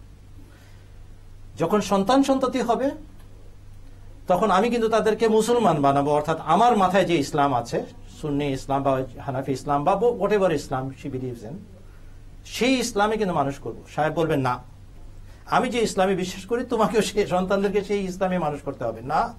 এই গেল আগুন লেগে। এক বিছানায় দাঁড়িয়ে, এক নামাজের পার্টিতে দাঁড়িয়ে নামাজ পড়তে পারবেন না, আল্লাহ তাআলার কাছে দোয়া করতে পারবেন না, ওয়ানসুরনা আলাল কওমিল কাফিরিন, আরেকজনকে আমিন বলতে পারবেন না, কেননা তাদের বিশ্বাসগতভাবে একজন আরেকজনকে কাফের মনে করে। এই কারণে সুখী সমৃদ্ধ এবং নিবিড় সম্পর্কের জন্য আহমদি এবং আহমদির মাঝে বিয়ে হওয়াটা স্বাভাবিক এবং অপরিহার্য। এটা সাংগঠনিক নিয়ম, বৈধ অবৈধ, হালাল হারামের প্রশ্ন নয়। শরীয়ত সেটাই, যেটা হযরত মুহাম্মদ সাল্লাল্লাহু আলাইহি ওয়াসাল্লামের মাধ্যমে এসেছে, এবং সেটা শেষ। ধন্যবাদ। ধন্যবাদ মৌলানা সাহেব। সুধী দর্শক, আশা করি আপনি আপনার উত্তর পেয়েছেন। আমরা দেখতে পাচ্ছি যে আমাদের সাথে আরেকজন বোন আছেন, আসমা আক্তার, নবীনগর থেকে। আমরা এখন তার কাছে যাচ্ছি। আসসালামু আলাইকুম ওয়া রাহমাতুল্লাহ। আসসালামু আলাইকুম ওয়া রাহমাতুল্লাহি ওয়া বারাকাতুহু। ওয়া আলাইকুম আসসালাম ওয়া রাহমাতুল্লাহ। জি বোন, আপনার প্রশ্নটি বলুন। আসমা আক্তার শিখি। গত আড়াই মাস পূর্বে আমি নতুন বয়াত নিই, মানে নতুন বয়াত গ্রহণ করি, এবং এই মাসের 20 তারিখে আমার স্বামী নাজমুল বয়াত নেন। আমি উত্তর বাহেরচর পকেট গণবিশ্ববিদ্যালয় নবীনগর হতে প্রশ্ন করছি। আমার প্রশ্ন, ইমাম মাহদী আলাইহিস সালাম কিভাবে ঈসাতে রূপান্তরিত হলো? এই বিষয়টি নিয়ে আমি যদিও বই পড়েছি, কিস্তেনু, অন্যান্য কোরআন হাদিস, তারপর আমি আলোচনা সাপেক্ষে এটা আরেকটু স্পষ্ট হতে চাই। আচ্ছা, ধন্যবাদ আসমা আক্তার। আমরা এখানে স্বামী স্ত্রী এখানে কিছু মানুষকে তাবিক করছি, আমাদের জন্য বিশেষ করে একটু দোয়া করবেন আপনারা। জি অবশ্যই। ধন্যবাদ বোন আপনার প্রশ্নের জন্য। আমরা লন্ডন স্টুডিওতে মৌলানা ফিরোজ আলম সাহেবের কাছে রাখবো প্রশ্নটি। মৌলানা সাহেব, আশা করি আপনি প্রশ্নটি শুনতে পেয়েছেন যে ইমাম মাহদী আলাইহিস সালাম কিভাবে ঈসা আলাইহিস সালাম হলেন, বিষয়টি বুঝিয়ে বলবেন। ধন্যবাদ। হযরত ইমাম মাহদী আলাইহিস সালাম যার আসার কথা, রাসূল করিম সাল্লাল্লাহু আলাইহি ওয়াসাল্লাম নিজে তার একটা উপাধি রেখেছেন ঈসা, অর্থাৎ যিনি মাহদী হওয়ার দাবি করবেন তিনি ঈসা হবেন, আর ঈসাই মাহদী। ইবনে মাজাহ শরীফের হাদিসে আছে লাল মাহদিউ ইল্লা ঈসা। অনুরূপভাবে যে ঈসা ছাড়া কোনো মাহদী নেই, অর্থাৎ যিনি ঈসা হয়ে আসবেন তিনি মাহদী হবেন, আর যিনি মাহদী উপাধির অধিকারী হবেন তাকে রাসূল করিম সাল্লাল্লাহু আলাইহি ওয়াসাল্লাম ঈসা টাইটেল দিয়ে গেছেন। তো দুটো ভিন্ন নাম এবং ভিন্ন উপাধি নিয়ে তার আসার কথা তার দায়িত্বের দৃষ্টিকোণ থেকে। পূর্বে যে ঈসা এসেছিলেন ইসরায়েলি জাতির মাঝে, সেই ঈসার কথা রাসূল করিম সাল্লাল্লাহু আলাইহি ওয়াসাল্লাম বলেননি। এই উম্মতে যেই ব্যক্তি ঈসার বৈশিষ্ট্য নিয়ে আসার কথা, বৈশিষ্ট্যের কারণে বা পূর্বের ঈসার সাথে মিল থাকার কারণে, যেই পরিস্থিতিতে পূর্বের ঈসা এসেছিলেন, যে সমস্ত রোগ ব্যাধি এবং যুগের যে সকল অবস্থা ইহুদি জাতির মাঝে ঈসার মতো এক চিকিৎসককে হাতছানি দিয়ে রেখেছিল, এবং খোদা তাআলা জাতির অবস্থা দেখে তাদেরকে মুক্তি দেওয়ার জন্য ঈসা নামের নবী পাঠিয়েছিলেন, একই অবস্থা এই উম্মতের হওয়ার কথা ছিল। রাসূল করিম সাল্লাল্লাহু আলাইহি ওয়াসাল্লাম নিজে ভবিষ্যদ্বাণী করেছেন যে এই উম্মত ইহুদি নাসারার মতো হয়ে যাবে, আর এই কারণেই প্রত্যেক নামাজে দোয়া করা শিখিয়েছেন আল্লাহ তাআলা। রাসূল করিম সাল্লাল্লাহু আলাইহি ওয়াসাল্লাম আল্লাহর নির্দেশে উম্মতকে বলেছেন যে প্রত্যেক নামাজে সূরা ফাতিহা পড়বে। সূরা ফাতিহার শেষের দিকে যে আমরা পড়ি গায়রিল মাগদুবি আলাইহিম ওয়ালাদ-দাল্লিন, হে আল্লাহ আমাদেরকে অভিশপ্ত এবং পথভ্রষ্ট করো না, হতে দিও না, বা তাদের মতো তাদের পথে আমাদেরকে চলতে দিও না হে খোদা যারা অভিশপ্ত এবং পথভ্রষ্ট। তো রাসূলুল্লাহ সাল্লাল্লাহু আলাইহি ওয়াসাল্লামকে প্রশ্ন করা হয়েছে যে এরা কারা? ইহুদ ওয়ান নাসারা, ইহুদি এবং খ্রিস্টান। তো যেই পরিস্থিতির কারণে ঈসা উপাধি নিয়ে ঈসা নামের রসুল এসেছিলেন, একই পরিস্থিতি এখানে সৃষ্টি হওয়ার ছিল। এই ভবিষ্যৎবাণী হযরত মুহাম্মদ রাসূলুল্লাহ করেছেন। আর পরিস্থিতি আর অবস্থার মিল থাকার কারণে আগমনকারী ত্রাতা, মুক্তিদাতা, পরিত্রাতা নামও ঈসা রেখে দেওয়া হয়েছে, অবস্থা এবং পরিস্থিতির মিল থাকার কারণে। অভ্যাসের মিল থাকলে, পরিস্থিতির মিল থাকলে, বৈশিষ্ট্যের মিল থাকলে একজনকে আরেকজনের নাম দেয়া হয়ে থাকে। নাম দেওয়ার অর্থ এই না যে 2000 বছর পূর্বের যেই ঈসা ছিলেন তিনি এখানে এসে গেছেন। 2000 বছর পূর্বের ঈসা ইন্তেকাল করেছেন। কোরআন শরীফের বহু আয়াত থেকে আমরা এইখানে এই অনুষ্ঠানে বারবার প্রমাণ করেছি। কোরআন শরীফের সূরা আলে ইমরানের 145 নম্বর আয়াতেও আছে যে হযরত মুহাম্মদ সাল্লাল্লাহু আলাইহি ওয়াসাল্লামের পূর্বে সব রাসূল ইন্তেকাল করেছেন। কোরআন শরীফের সূরা আলে ইমরানের 56 নম্বর আয়াতে আছে যে সেখানে লেখা আছে প্রথমে হযরত ঈসা আলাইহিস সালাতু ওয়াস সালামের মৃত্যু হবে, মৃত্যুর পর যেভাবে নেক লোকদের আল্লাহ তাআলার দিকে ঊর্ধ্বগতি হয় ঈসা আলাইহিস সালামেরও সেইভাবে ঊর্ধ্বগতি হবে। সূরা মায়েদার 118 নম্বর আয়াতে আছে যে আল্লাহ তাআলা হযরত ঈসা আলাইহিস সালামকে জিজ্ঞেস করেছিলেন যে তুমি কি তোমার জাতিকে বলেছ যে আল্লাহ তাআলাকে বাদ দিয়ে তারা যেন তোমার এবং তোমার মায়ের ইবাদত করে। ঈসা আলাইহিস সালাম বললেন যে হে আল্লাহ, যতদিন জাতির মাঝে ছিলাম ততদিন জাতি সম্পর্কে আমি অবগত ছিলাম, কিন্তু যখন তুমি আমাকে মৃত্যু দিলে হে আল্লাহ, এরপর জাতির কি হয়েছে সেই অবস্থা সম্পর্কে তুমি ভালো অবহিত, আমি নই। তো নিজের ঈসা আলাইহিস সালাম বনি ইসরায়েলি 2000 বছর পূর্বের ঈসা ইন্তেকাল করেছেন, সেই ঈসা আর আসছেন না। যে মারা যায় সে আর আসে না। হারামুন আলা কারিয়াতিন, যেই জনপদ ধ্বংস হয়ে যায়, আন্নাহুম ইলাইহিম লা ইয়ারজিউন, সেই জনপদ আর ফিরে আসে না। ঈসা আলাইহিস সালাম ইন্তেকাল করেছেন, কোরআন বলে 30টি আয়াতে সরাসরি বা পরোক্ষভাবে, মৃত ব্যক্তি এখানে আর কখনো আসবেন না।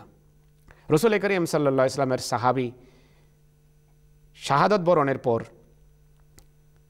আল্লাহ তাআলা তাকে জিজ্ঞেস করেছেন যে আমি তোমার সাথে এত সন্তুষ্ট যে তুমি যা চাও আজকে তা আমি তোমাকে দিতে প্রস্তুত আছি। তিনি বলেছিলেন, হযরত জাবেরের কথা বলছি, যে হে আল্লাহ, হে আমার খোদা, শাহাদতের পুরস্কার যদি এত বেশি হয় আমাকে আবার পৃথিবীতে পাঠাও, আমি তোমার পথে আবার মৃত্যুবরণ করতে চাই, বারবার আমি শাহাদত বরণ করতে চাই। আল্লাহ তাআলা বলেন যে এটি আমার অমোঘ নিয়মের পরিপন্থী, যে একবার ইন্তেকাল করে সে আর পৃথিবীতে ফিরে যায় না। ঈসা আলাইহিস সালাম পূর্বের ঈসা আর আসবেন না।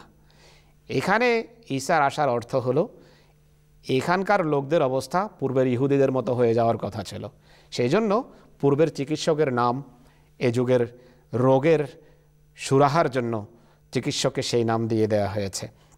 বাকি প্রশ্নের একটা দিক আমার মনে হয় এই দিকেও একটু ইঙ্গিত আছে যে মির্জা গোলাম আহমদ আলাইহিস সালাতু ওয়াস সালাম কীভাবে ঈসা হলেন।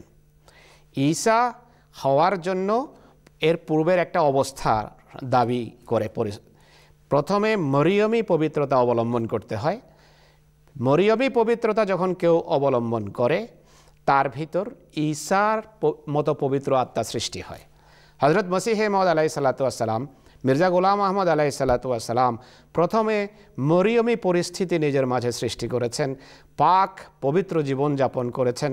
জগতের প্রতি যার কোনো আকর্ষণ ছিল না, জগতের প্রতি তার কোনো মোহ ছিল না, শয়তানি কোনো প্ররোচনা তাকে কোনোদিন প্ররোচিত করতে পারেনি, পরাস্ত করতে পারেনি। যেভাবে হযরত মরিয়ম পবিত্রতা অবলম্বন করেছিলেন সেইভাবেই হযরত মসিহ ইসলাম পবিত্রতা অবলম্বন করেছেন, যার ফলে এক পর্যায়ে তার ভিতর ঈসার আত্মার ফুৎকার করা হয়েছে। আর এটি কোরআন শরীফ নিজেই বলে, ওয়া মারইয়াম ইবনাতাল্লাতী আহসানাত ফারজাহা ফানাফাখনা ফীহি মির রূহিনা, যে মারইয়াম যখন পবিত্রতা অবলম্বন করল তখন আমরা তার মাঝে ঈসার আত্মার ফুৎকার করলাম। তো এখানে কোরআন শরীফে যে আয়াতে মরিয়মের কথা বলা হয়েছে সেখানে সর্বনামের যে ব্যবহার, সেখানে আল্লাহ তাআলা সর্বনাম ব্যবহার করেছেন পুল্লিঙ্গ, অর্থাৎ এই উম্মতের যে ব্যক্তি মরিয়মের মতো পরম পবিত্রতার মার্গে পৌঁছবে, নিজেকে সেভাবে পবিত্র করবে, তার মাঝে ঈসার আত্মার, কামেল আত্মার ফুৎকার হবে এবং তিনি ঈসা হবেন। তো এইভাবে হযরত ইমাম মাহদী আলাইহিস সালাতু ওয়াস সালাম ঈসা হয়েছেন। এটি আপনার উত্তরের দ্বিতীয় একটা দিক বা রূপ, যা আমার মনে প্রশ্ন থেকে আমি কিছুটা আঁচ করতে পেরেছি যে এই দিকটাও হয়তো আপনি জানতে চাচ্ছেন। আপনার উত্তরের জন্য বোন, আশা করি আপনি আপনার উত্তরটি পেয়েছেন। আমরা দেখতে পাচ্ছি যে আমাদের সাথে আরেকজন দর্শক আছেন ফোন লাইনে, এনামুল হক সাহেব নাটোর থেকে। আমরা এখন তার কাছে যাচ্ছি। আসসালামু আলাইকুম ওয়া রাহমাতুল্লাহ। আসসালামু আলাইকুম ওয়া রাহমাতুল্লাহ। ওয়া আলাইকুম আসসালাম ওয়া রাহমাতুল্লাহ। জি দর্শক, আপনার প্রশ্নটি বলুন। আমার যে প্রশ্ন ছিল যে এখন ইসলামিক ফাউন্ডেশন থেকে আপনার একটা কোরআন ছাপানো হয়েছে, সেই জায়গা থেকে সূরা আল মাইদার 117 নম্বর আয়াতে বলা আছে ঈসা আলাইহিস সালাম মারা গেছেন, কিন্তু এত পূর্বে যত বললে আলেম ওলামা ইসলামিক ফাউন্ডেশন থেকে বইগুলো কোরআন ছাপানো হয়েছে সেগুলোতে বলা ছিল না যে ঈসা আলাইহিস সালাম মারা গেছেন, কিন্তু উঠাই নেওয়া হয়েছে। কিন্তু সেটা এখনো তারা বলতেছে মারা গেছেন, আগে তারা বলতো না যে মারা গেছেন। যদি কিসের জন্য, এটা একটু আওয়াল খানের কাছে একটু প্রশ্ন ছিল, যদি সে বোঝাই দিত আর কি। আগে মানছি আর এখন আচ্ছা, ধন্যবাদ। মহাশয় শুনতে পেয়েছেন, উনি বলছেন যে 2015 সালে ইসলামিক ফাউন্ডেশন থেকে যে কোরআন প্রকাশিত হয়েছে সেখানে তারা সূরা মায়েদার 117 নম্বর আয়াতে বলা হয়েছে যে ঈসা আলাইহিস সালাম মারা গেছেন। এতদিন পর তারা কেন এই বিষয়টি প্রকাশ করলো? এটা যখন তারা টনক নড়বে, টের পাবে, তখন আবার এটার আরেকটা সংস্করণ বের করবে। আর কোনো মতেও মানে যেভাবে সম্ভব সত্যকে গোপন করার চেষ্টা তারা অব্যাহত রাখবে। এটা হচ্ছে খুবই তিক্ত বাস্তবতা। আহমদিয়া জামাতের সত্যতা কোরআনের নিরিখে প্রমাণিত। কোরআন বলে হযরত ঈসা আলাইহিসসালাম মারা গেছেন। তাওয়াফি শব্দ তার জন্য ব্যবহৃত হয়েছে, এবং কোরআনে যেখানে যেখানে তাওয়াফি শব্দ ব্যবহার হয়েছে আল্লাহ কর্তৃক, সেখানে শরীর এবং দেহটাকে বেকার এবং অকার্যকর হিসাবে পরিত্যক্ত অবস্থায় ছেড়ে দেওয়া এবং আত্মাটাকে কবজ করে নেওয়ার অর্থে ব্যবহৃত হয়েছে। এটাকে মৃত্যু বলা হয়। এই কথাটাকে এড়িয়ে যাওয়ার জন্য ইনিয়ে বিনিয়ে বিভিন্নভাবে তাওয়াফি শব্দ যেখানে ঈসার জন্য ব্যবহৃত হবে সেখানে পূর্ণ লইয়া লওয়া, কিংবা কাল সমাপ্তি ঘটানো, কাল পূর্ণ করা, সময় পূর্ণ করা, আয়ু পূর্ণ করা, নানা রকমের শব্দ দিয়ে তারা তাবির করে থাকেন। কিন্তু কোনো না কোনো আলেমের কলম ফসকে সত্য কথাটা বেরিয়ে গেছে। এই কারণে ছাপা আকারে আপনি দেখতে পাচ্ছেন। কিন্তু ভাই এনামুল হক সাহেব, এছাড়াও অনেক কোরআন শরীফের অনুবাদে সেই কথাই বলা আছে যা আহমদিয়া মুসলিম জামাত 127 বছর ধরে বলে যাচ্ছে। তারপরেও কি মানুষের চোখ খোলে? আল্লাহ তাআলা যদি হেদায়েত কাউকে না দেন, মনের অন্তরের পরিবর্তন করানো এটা আল্লাহ তাআলার কাজ। মানুষ যদি সামান্যতম যোগ্যতা সাব্যস্ত করতে পারে আল্লাহর কাছে, তাহলে আল্লাহ তাআলা তার দুয়ার খুলে দেন। এই জন্য দোয়া করা দরকার। ইয়া মুকাল্লিবাল কুলুব সাব্বিত কলবি আলা দীনিক, আমাকে তোমার পথে চালাও হে আল্লাহ। হযরত মুহাম্মদ সাল্লাল্লাহু আলাইহি ওয়াসাল্লামের প্রিয় দোয়া। তো সেই জন্য আজকে অমুক জায়গায় আমাদের পক্ষে অনুবাদ প্রকাশিত হয়ে গেছে, সুতরাং আমরা সত্য হয়ে গেলাম, এটা না। কালকে যদি আরেকটা অনুবাদের সংস্করণ বেরিয়ে যায় আর অন্য ভিন্ন কোনো অনুবাদ থাকে, তাতে আমরা মিথ্যা হয়ে যাব না। কেননা আমরা জানি কোরআন শরীফ আরবি ভাষায়, প্রাঞ্জল ভাষায়, জীবন্ত ভাষায় নাজিলকৃত, এবং সেটার সঠিক অনুবাদ আমরা উপস্থাপন করছি। এবং এই অনুবাদ হযরত আকদাস মির্জা গোলাম আহমদ কাদিয়ানী আলাইহিস সালামকে 2-4 মতো সত্য মাহদী, সত্য ঈসা এবং আগের ঈসাকে মৃত সাব্যস্ত করছে। ধন্যবাদ। ধন্যবাদ মহাশয়। দর্শক, আশা করি আপনি আপনার উত্তরটি পেয়েছেন। আমরা আলোচনা করছিলাম যে আহমদিয়া মুসলিম জামাতের পরিচিতি এবং আহমদিয়া মুসলিম জামাত তথা মির্জা গোলাম আহমদ কাদিয়ানী আলাইহিস সালাম হযরত মসিহে মাউদ ও ইমাম মাহদী হিসেবে যিনি দাবি করেছেন তার উপর যে সব আপত্তি করা হয় সেগুলো নিয়ে। এই পর্যায়ে আমি মাওলানা আনিসুল ইসলাম সাহেবের কাছে আসবো একটি বিষয় নিয়ে, যে মির্জা গোলাম আহমদ কাদিয়ানী আলাইহিস সালামের বিরুদ্ধে বিভিন্ন আপত্তি করা হয়, তার কিছু আমরা চেষ্টা করেছি উত্তর দেওয়ার। আপনার কাছে আমি আরেকটি আপত্তির বিষয়ে জানতে চাইব যে মির্জা গোলাম আহমদ কাদিয়ানী আলাইহিস সালামের বিরুদ্ধে আপত্তিকারীরা আপত্তি করতে করতে এতটা ধৃষ্ট হয়ে যায় যে তারা অনেক সময় অনেক জিনিস বানিয়েও বলে ফেলে। এমনকি তারা এটিও আপত্তি করে যে মির্জা সাহেব নাকি শরীয়তবাহী নবী হওয়ার দাবি করেছেন, যেটা আদৌ সম্ভব নয়। তো এই আপত্তির খণ্ডন আপনি আমাদের দর্শকদের বলবেন। জাযাকাল্লাহ প্রশ্ন করার জন্য। দর্শক, যে আমাকে প্রশ্ন করা হয়েছে যে হযরত মির্জা গোলাম আহমদ কাদিয়ানী আলাইহিস সালাম তিনি নাকি শরীয়তবাহী নবী হওয়ার দাবি করেছেন, এটি হযরত আকদাস মসিহ মাউদ আলাইহিস সালামের উপর একটি জঘন্যতম অপবাদ। এর ভিন্ন এক কথায় উত্তর দিলে এর ভিন্ন আর কিছু বলা আমার পক্ষে সম্ভব নয়। ওয়াহামদি এবং যারা আপত্তিকারক, ছিদ্রান্বেষণকারী, তারা যে লিখনির প্রেক্ষাপটে এই আপত্তিটি করেছে, সেখানে আমরা যদি দেখি সেটা আরবাইন নামে একটি পুস্তকের কথা তারা উল্লেখ করে থাকে, যেখানে নাকি হযরত মসিহ মাউদ আলাইহিস সালাম নিজেকে শরীয়তবাহী নবী হিসেবে দাবি করেছেন। কিন্তু এর উত্তরে মসিহ মাউদ আলাইহিস সালাম একটি ঘোষণাপত্র জারি করেছিলেন, যা আমি আপনাদের সামনে এখন উপস্থাপন করতে যাচ্ছি। হযরত মসিহ মাউদ আলাইহিস সালাম বলেন 26শে মে, যেটা 1908 সালে, সেটা আমি পড়ে দিচ্ছি বাংলা অনুবাদ, যে হযরত মসিহ মাউদ আলাইহিস সালাম বলেন, আমার উপরে যে আপত্তি করা হয়েছে সেটা একদম বেবুনিয়াদ, এটার কোনো নির্ভরতা নেই, এটার কোনো বিশ্বাসযোগ্যতা নেই যে আমি নাকি নিজেকে শরীয়তবাহী নবী মনে করি এবং কোরআনকে আমি অপ্রয়োজনীয় বস্তু হিসেবে রেখে দেই।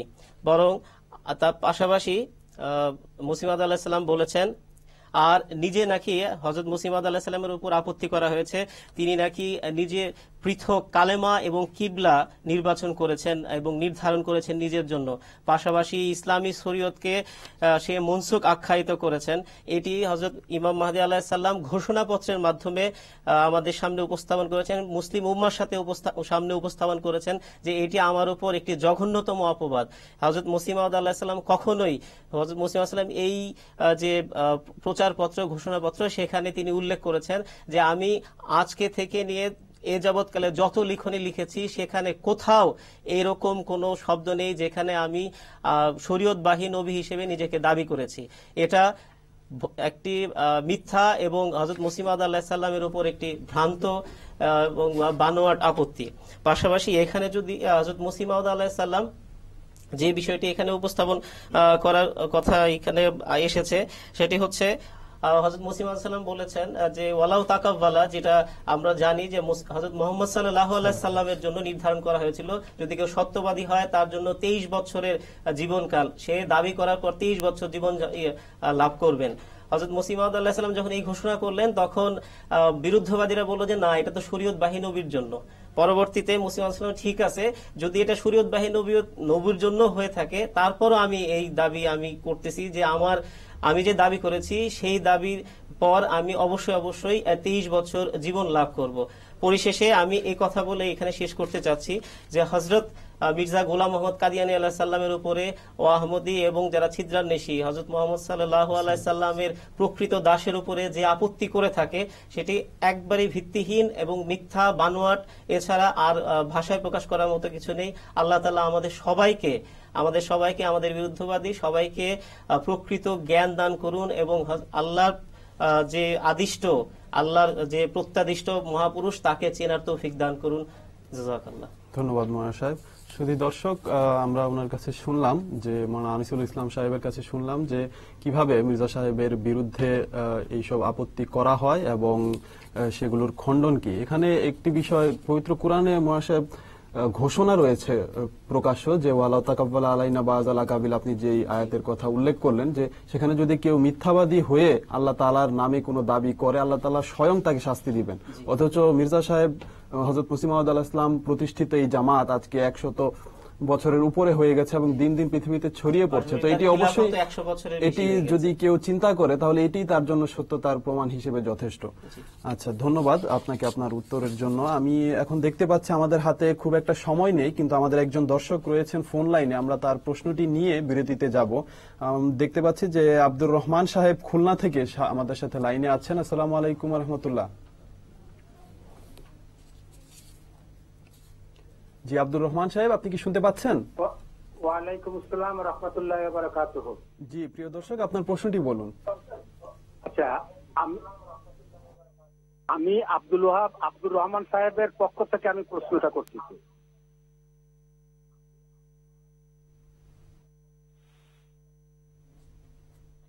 এক নম্বর প্রশ্ন হচ্ছে ছবি তোলা হারাম।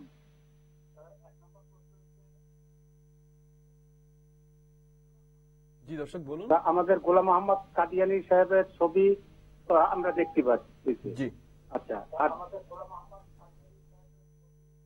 আপনি বলুন। দ্বিতীয় প্রশ্ন হচ্ছে উনি আমার সাথে আঞ্জুমানে নামাজ পড়তে গেছিলেন, উনি দেখিছে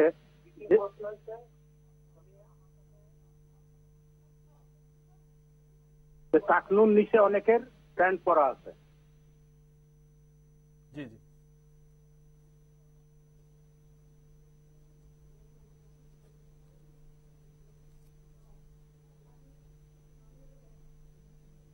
আচ্ছা, দুঃখিত দর্শক, সম্ভবত সংযোগটি বিচ্ছিন্ন হয়ে যাওয়ার কারণে তার কথা আমরা সম্পূর্ণভাবে শুনতে পারিনি। তবে যতটুকু আমরা বুঝতে পেরেছি তিনি জানতে চাচ্ছেন যে ছবি তোলা হারাম হিসেবে জানি আমরা, কিন্তু তারপরও আমরা মসিহ মাউদ অর্থাৎ মির্জা গোলাম মোহাম্মদ কাদিয়ানী আলাইহিস সালামের ছবি দেখতে পাচ্ছি এবং নামাজ পড়তে গিয়ে তিনি দেখেছেন যে অনেকের টাকনু বা গোড়ালির নিচে কাপড় রয়েছে, এই বিষয়ে তিনি জানতে চেয়েছেন। সেই দর্শক, আমরা ইতোমধ্যে আমাদের অনুষ্ঠানের প্রায় 1 ঘন্টা সময় পার করে এসেছি, আমাদেরকে ছোট্ট একটি বিরতিতে যেতে হবে। আমরা বিরতির পর ইনশাআল্লাহ তাআলা আমাদের এই দর্শকের প্রশ্নের উত্তর দিব। আপাতত আমরা ছোট্ট একটি বিরতিতে যাচ্ছি দর্শক, বিরতির পর ইনশাআল্লাহ তাআলা আবারও ফিরে আসছি। আসসালামু আলাইকুম ওয়া রাহমাতুল্লাহি ওয়া বারাকাতুহু।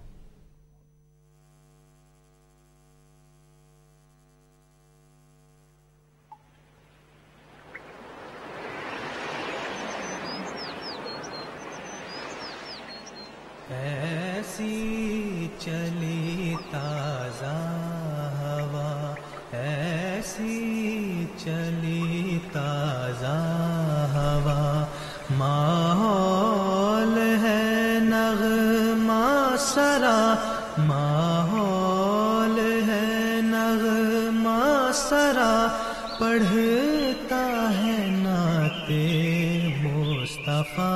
बलागल उला बे कमाली, बलागल उला बे कमाली, बलागल उला बे कमाली, बलागल उला बे कमाली।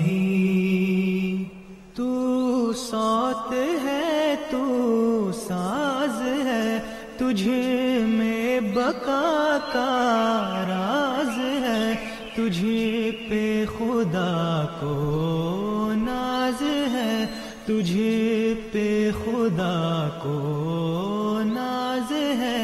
कशाफत दुजा बे जमाली, कशाफत दुजा बे जमाली, कशाफत दुजा बे जमाली, कशाफत दुजा बे जमाली। हर दौर की जिंदा घड़ी तू मौसमों की ताज़गी, तू मौसमों की ताज़गी, तू है सहर की रोशनी। हसूनत जमीओ खिसाली, हसूनत जमीओ खिसाली, हसूनत जमीओ खिसाली, हसूनत जमीओ खिसाली। तेरा गुलाम पाक खू लेकर तुझी से रंगो बो करता है चर्चा चार सू, करता है चर्चा चार सू।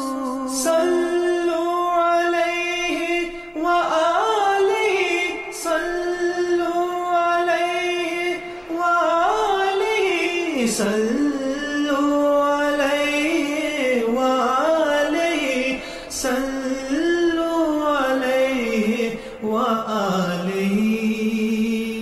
बलागल उला बे कमाली, कशाफत दुजा बे जमाली, हसूनत जमीओ खिसाली, सल्लु अलैहि व आलिहि, सल्लु अलैहि व आलिहि, सल्लु अलैहि व आलिहि।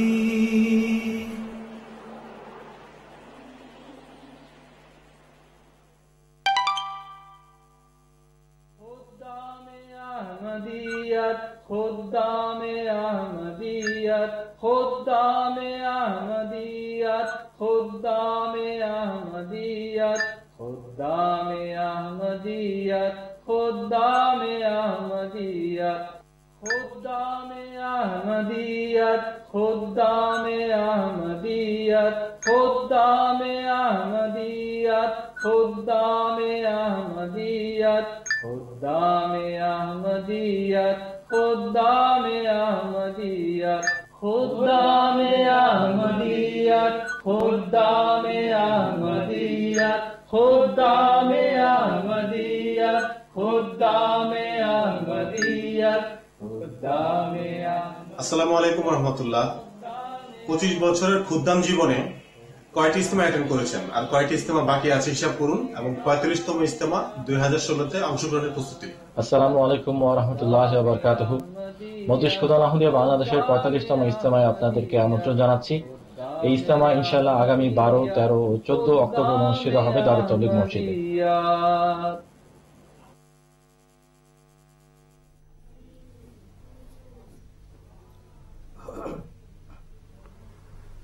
আসসালামু আলাইকুম ওয়া রাহমাতুল্লাহি ওয়া বারাকাতুহু।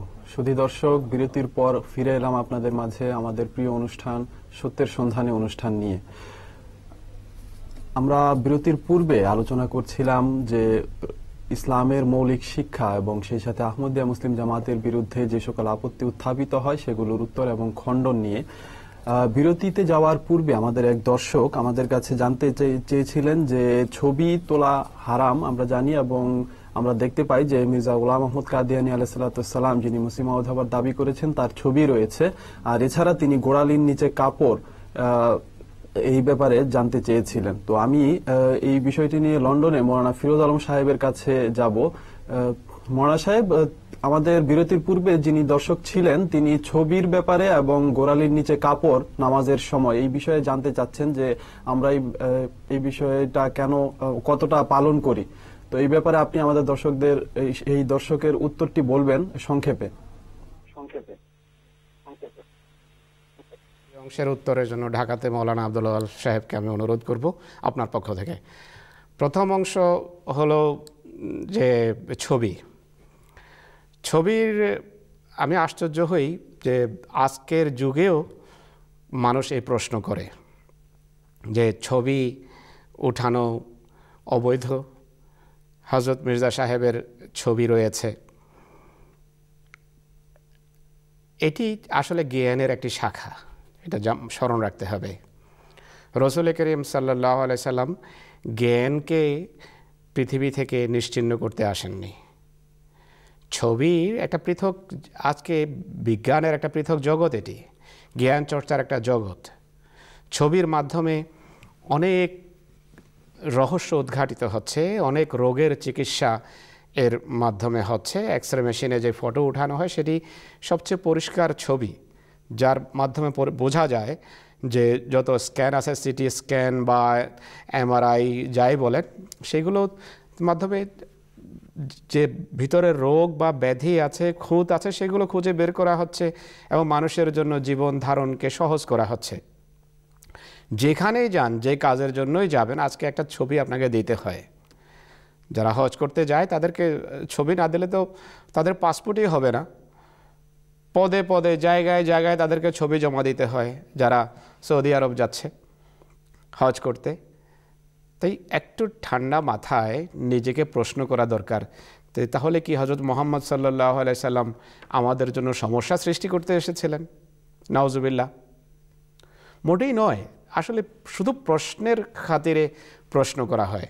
রাসূল করিম সাল্লাল্লাহু আলাইহি সাল্লাম এই ধরনের কথা, এই ধরনের সমস্যা সৃষ্টির জন্য তিনি আসেননি। যেই ছবির কথা আছে হাদিসের যেদিকে ইঙ্গিত করে এ ধরনের প্রশ্ন করা হয়, সেখানে আরবের একটা ভ্রান্ত সামাজিক রীতি ছিল। সেই রীতির খণ্ডন মুহাম্মদ সাল্লাল্লাহু আলাইহি সাল্লামের ছিল উদ্দেশ্য। সেখানে তারা নিজেদের পূর্বপুরুষদের ছবি বংশ পরম্পরায় তারা তুলিতে ছবি এঁকে তারা সেটি সাজিয়ে রেখে দিত এবং তার বংশ পরম্পরায় এর পূজা হতো, ইবাদত করা হতো। আল্লাহ তাআলা এক ঈশ্বরের জায়গা সেই সব নিয়েছিল। তো মুহাম্মদ সাল্লাল্লাহু আলাইহি ওয়াসাল্লাম যেহেতু একত্ববাদের শিক্ষা নিয়ে এসেছিলেন, সমাজে যত সামাজিক কদাচার কুপ্রথা ছিল সেগুলো থেকে মানুষের দৃষ্টি সরিয়ে এক আল্লাহর প্রতি নিবদ্ধ করতে চেয়েছিলেন। তাই রাসূল করিম সাল্লাল্লাহু আলাইহি সাল্লাম এ ধরনের ছবি, যার সেই সমাজে প্রচলন ছিল, তার বিরুদ্ধে তিনি অবস্থান নিয়েছেন। কিন্তু ক্যামেরার ছবির যতটুকু সম্পর্ক আছে তার সাথে তুলির কোনো সম্পর্ক নেই। সেটা তো হুবহু এক ব্যক্তি যা আছে সেই থাকে, কোনো বিকৃতি ঘটে না, কোনো বড় করে দেখানো হয় না, তাকে দেখানোর সুযোগ নেই। আর আজকের যুগে কোনো ছবির পূজারও কোনো সেই ধরনের দৃষ্টিভঙ্গি আমার মনে হয় না যে কোনো সুস্থ মানুষের আছে। তাই রাসূল করিম সাল্লাল্লাহু আলাইহি ওয়াসাল্লামের যুগে যে ধরনের ছবির নিষেধাজ্ঞা ছিল সেই সমস্ত ছবির বিরুদ্ধে ছিল যা একত্ববাদের প্রচারের পথে ছিল বাধা। মুহাম্মদ সাল্লাল্লাহু আলাইহি ওয়াসাল্লাম সেইগুলোকে নিরুৎসাহিত করেছেন। কিন্তু ছবি দেখে আজকের যুগে মানুষ হেদায়েত পাচ্ছে। হযরত মির্জা গোলাম আহমদ আলাইহিসসালাতু ওয়াসসালামের ছবি তিনি শুধু তাবলীগ এবং সত্য প্রচারের উদ্দেশ্যে নেয়ার এবং ওঠানোর অনুমতি দিয়েছেন। প্রদর্শন বা অন্য কোনো উদ্দেশ্যে তার ছবি ব্যবহার করার অনুমতি তিনি দেননি। তিনি শুধু প্রচারের উদ্দেশ্যে দিয়েছেন। তিনি জানতেন যে একসময় বিজ্ঞানের বা জ্ঞানের একটা শাখার সামনে আসবে। এই শাখার বিস্তারিত বিবরণ হলো, এমন মানুষও আছে যারা ছবি দেখে এক ব্যক্তি সম্পর্কে চূড়ান্ত সিদ্ধান্তে উপনীত হতে পারে যে এই ব্যক্তি সত্যবাদী কি মিথ্যাবাদী। অনেক জায়গায় এমন ঘটনা ঘটেছে। আমাদের বিভিন্ন প্রদর্শনীতে ইউরোপে যে এক বিশেষজ্ঞ এসেছেন, তিনি দেখে একের পর এক হজরত ইমাম মাহদী ইসলামের ছবি, প্রথম খলিফা হজরত হাকিম নুরউদ্দিন রাদিয়াল্লাহু আনহুর ছবি, দ্বিতীয় খলিফা হজরত মির্জা বশির উদ্দিন মাহমুদ আহমদ রাদিয়াল্লাহু আনহু, যিনি ইমাম ইসলামের দ্বিতীয় খলিফা, তৃতীয় খলিফার ছবি দেখেছেন, চতুর্থ খলিফার ছবি দেখেছেন। একে একে মসিহ মউদ থেকে আরম্ভ করে সবার বৈশিষ্ট্য তার নিজের জ্ঞান অনুসারে আমাদের মুরব্বীর কাছে, মৌলানার কাছে ন্যারেট করা আরম্ভ করেন এবং সেগুলো মিলে যাচ্ছিল। তো জ্ঞানের এই শাখার কারণে আজকের যুগের সন্ধানী মানুষ হজরত ইমাম মাহদী আলাইহিস সালাম যে সত্য মাহদী ছিলেন সেটি বুঝতে পারছেন। আর শুধু এই উদ্দেশ্যে হজরত মুহাম্মদ ছবি উঠানোর অনুমতি দিয়েছেন। আর নেক উদ্দেশ্যে ছবি উঠানোকে রাসূল করিম সাল্লাল্লাহু আলাইহি ওয়াসাল্লাম কোনোভাবে বারণ করেননি, নিষেধ করেননি। শুধু যেই ছবি বা যেই চিত্রের কথা তিনি নিরুৎসাহিত করেছেন এবং নিষেধ করেছেন সেটি আমি ইতোপূর্বে বর্ণনা করেছি। এখন এতটুকু এই প্রশ্নের উত্তর। আর দ্বিতীয় অংশের জন্য আমি যে বলেছি ঢাকা থেকে সেই উত্তর নেন আপনারা। ধন্যবাদ মৌলানা সাহেব ছবি সম্পর্কে বিস্তারিত বলার জন্য। আমি এখন মৌলানা আওয়াল খান সাহেবের কাছে প্রশ্নটির দ্বিতীয় অংশ, যে মৌলানা সাহেব অনুরোধ করলেন যে গোড়ালির নিচে কাপড়ের, গতকালকে বলা হয়েছিল, আপনি সংক্ষেপে কিছু লাইনে উত্তরটি বলে দিবেন। এটা আশ্চর্য ব্যাপার, বাংলাদেশে যেখানে ইমাম মাহদী আলাইহিস সালাতু ওয়াস সালামের আলোচনা হয় সেখানেই গিরার নিচে কেমন কাপড় ঝুলছে, পায়ের গিরার নিচে, সেটা একটা বিরাট প্রশ্ন হয়ে দাঁড়ায়। অ্যাজ ইফ বিষয়টা এরকম দাঁড়ায় যে ইমাম মাহদী আলাইহিস সালাতু ওয়াস সালাম যে সত্য বা সত্য না, এটার পুরো বিষয়টা পায়ের গিরার নিচে কাপড় ঝুলা এবং উপরে থাকার উপরে নির্ভর করে। আমার কাছে বুখারী শরীফ এই মুহূর্তে আছে, এটা ইসলামিক ফাউন্ডেশন বাংলাদেশ থেকে প্রকাশিত। আমি আবার এটা বলছি, এটা নবম খণ্ড, বাংলাদেশ সরকারের যে প্রতিষ্ঠান ইসলামিক ফাউন্ডেশন, সেখান থেকে এটা প্রকাশিত এবং এটা ইসলামিক ফাউন্ডেশন বাংলাদেশ অনুবাদ প্রকাশ করেছে আরবি টেক্সটের পাশাপাশি। আমি দেখাচ্ছি কিতাবুল লিবাস, পোশাক পরিচ্ছদ অধ্যায়ে। আমরা বারবার কিতাবুল লিবাসের কথা বলি। এটা আরম্ভ হয় বাব কওলিল্লাহি তাআলা, বাব কওলিল্লাহি তাআলা কুল মান হাররামা যিনাতাল্লাহি আল্লাতী আখরাজা লিইবাদিহি ওয়াত তাইয়্যিবাতি মিনার রিজক ওয়া ক্বালা an-নাবিয়্যু সাল্লাল্লাহু আলাইহি ওয়াসাল্লাম কুলু ওয়াশরাবু ওয়ালবাসু ওয়া তাসাদদাকু ফি গায়রি ইসরাফিন ওয়া লা মাখিলাতিন ওয়া ক্বালা ইবনু আব্বাসিন কুল মা শি'তা ওয়ালবাস মা শি'তা মা আখতাতকা ইসনাতানে সারাফুন আও মাখিলাতুন। প্রথমে কোরআন শরীফের আয়াত দিয়েছেন হযরত মুহাম্মদ বিন ইসমাইল বুখারী রাহমাতুল্লাহ আলাইহি। দর্শক মণ্ডলী মনোযোগ দিয়ে শুনবেন। আল্লাহ তাআলা কোরআনে যা বলছেন সেটাকে প্রাধান্য দিয়ে বাকি হাদিসগুলো এর অনুসরণে এনেছেন। আল্লাহ কি বলছেন? তুমি ঘোষণা দিয়ে বলো, কে সে যে আল্লাহর সৃষ্ট সৌন্দর্যকে হারাম ঘোষণা করে, যা তিনি তার নেক বান্দাদের জন্য সৃষ্টি করেছেন, যা তিনি তার বান্দাদের জন্য সৃষ্টি করেছেন। আল্লাহ বলছেন, কে সে যে হারাম ঘোষণা করতে পারে আমার সৃষ্ট সৌন্দর্যকে, যা আমি আমার বান্দাদের জন্য সৃষ্টি করেছি। এই আয়াত দিয়ে আরম্ভ হচ্ছে পোশাক। পোশাকের উদ্দেশ্য কি? সৌন্দর্য বর্ধন। ওয়া ক্বালা নবী সাল্লাল্লাহু আলাইহি ওয়াসাল্লাম, এবং রাসূল আকরাম সাল্লাল্লাহু আলাইহি ওয়াসাল্লামের নীতিগত শিক্ষা হলো খাও, ওয়াশরাবু পান করো, ওয়ালবাসু পরিধান করো, ওয়া তাসাদদাকু এবং খুব করে নেক কাজে তোমরা করো, দান খয়রাত করো। তবে শর্ত আছে, ফি গায়রি ইসরাফিন, কোন রকমের অপচয় করবে না, ওয়ালা মাখিলাতিন এবং অহংকার প্রদর্শন করবে না। যদি এই দুটো কাজ না করো তাহলে যা ইচ্ছা খাও, যা ইচ্ছা পান করো, যা ইচ্ছা দান খয়রাত করো, কোনো অসুবিধা নাই। হযরত ইবনে আব্বাস রাদিয়াল্লাহু আনহু বলেছেন, যা ভালো লাগে খাও, যা ভালো লাগে পরিধান করো, আর শুধুমাত্র দুটো জিনিস তোমাকে বিভ্রান্ত না করা পর্যন্ত এই কাজগুলো করতে পারো, সারাফুন অপচয়, অমাখিলাতুন কিংবা অহংকার। তাহলে উনি যে অধ্যায়টা আরম্ভ করেছেন এটার গোড়াতেই আছে সৌন্দর্য অবলম্বন করতে কোনো বাধা নেই, রুচিবোধের বহিঃপ্রকাশে কোনো নিষেধ নাই, আর দুটো জিনিস বাধার সৃষ্টি করে সেটা নিষেধ, সেটা হচ্ছে অহংকার এবং অপচয়। এরপরে রাসূল আকরাম সাল্লাল্লাহু আলাইহি ওয়াসাল্লামের প্রথম হাদিস বর্ণিত হচ্ছে, আর সেটা হচ্ছে ইবনে উমর রাদিয়াল্লাহু আনহু কর্তৃক বর্ণিত, আন্না রাসূলুল্লাহ সাল্লাল্লাহু আলাইহি ওয়াসাল্লাম قال لا ينظر الله الى من جر صوبه خيلا। এখন আমি অনুবাদ না করে ইসলামিক ফাউন্ডেশন অনুবাদ করছি। ইবনে উমর রাদিয়াল্লাহু আনহু থেকে বর্ণিত যে রাসূলুল্লাহ সাল্লাল্লাহু আলাইহি ওয়াসাল্লাম বলেছেন, আল্লাহ সেই ব্যক্তির দিকে রহমতের দৃষ্টিতে তাকাবেন না যে অহংকারের সাথে তার পরিধেয় পোশাক টেনে চলে, অর্থাৎ নিচে টেনে নামিয়ে চলে, গিরার নিচে টেনে চলে। কি বশত? অহংকার বশত। কিসের অনুবাদ? খয়ালা। অহংকার দেখিয়ে কাপড় ঝুলালে নিষেধ, আর অহংকার দেখিয়ে না দেখিয়ে যদি কাপড় সে শালীনতা এবং রুচিবোধের কারণে পরে থাকে কোনো নিষেধ নাই। এরপরে আরেকটি হাদিস, এবং হাদিসের শব্দটা হচ্ছে ক্বালা, রাসূল আকরাম সাল্লাল্লাহু আলাইহি ওয়াসাল্লামের প্রতি আরোপিত হাদিস, আনি নবী সাল্লাল্লাহু আলাইহি ওয়াসাল্লাম ক্বালা মান জাররা সাবাহু খয়ালা লাম ইয়ানজুরিল্লাহু ইলাইহি ইয়াউমাল কিয়ামা। যার কাপড় পায়ের গিরার নিচে ঝুলে আল্লাহ তাআলা কিয়ামত দিবসে তার দিকে সুদৃষ্টিতে কৃপা দৃষ্টিতে তাকাবেন না।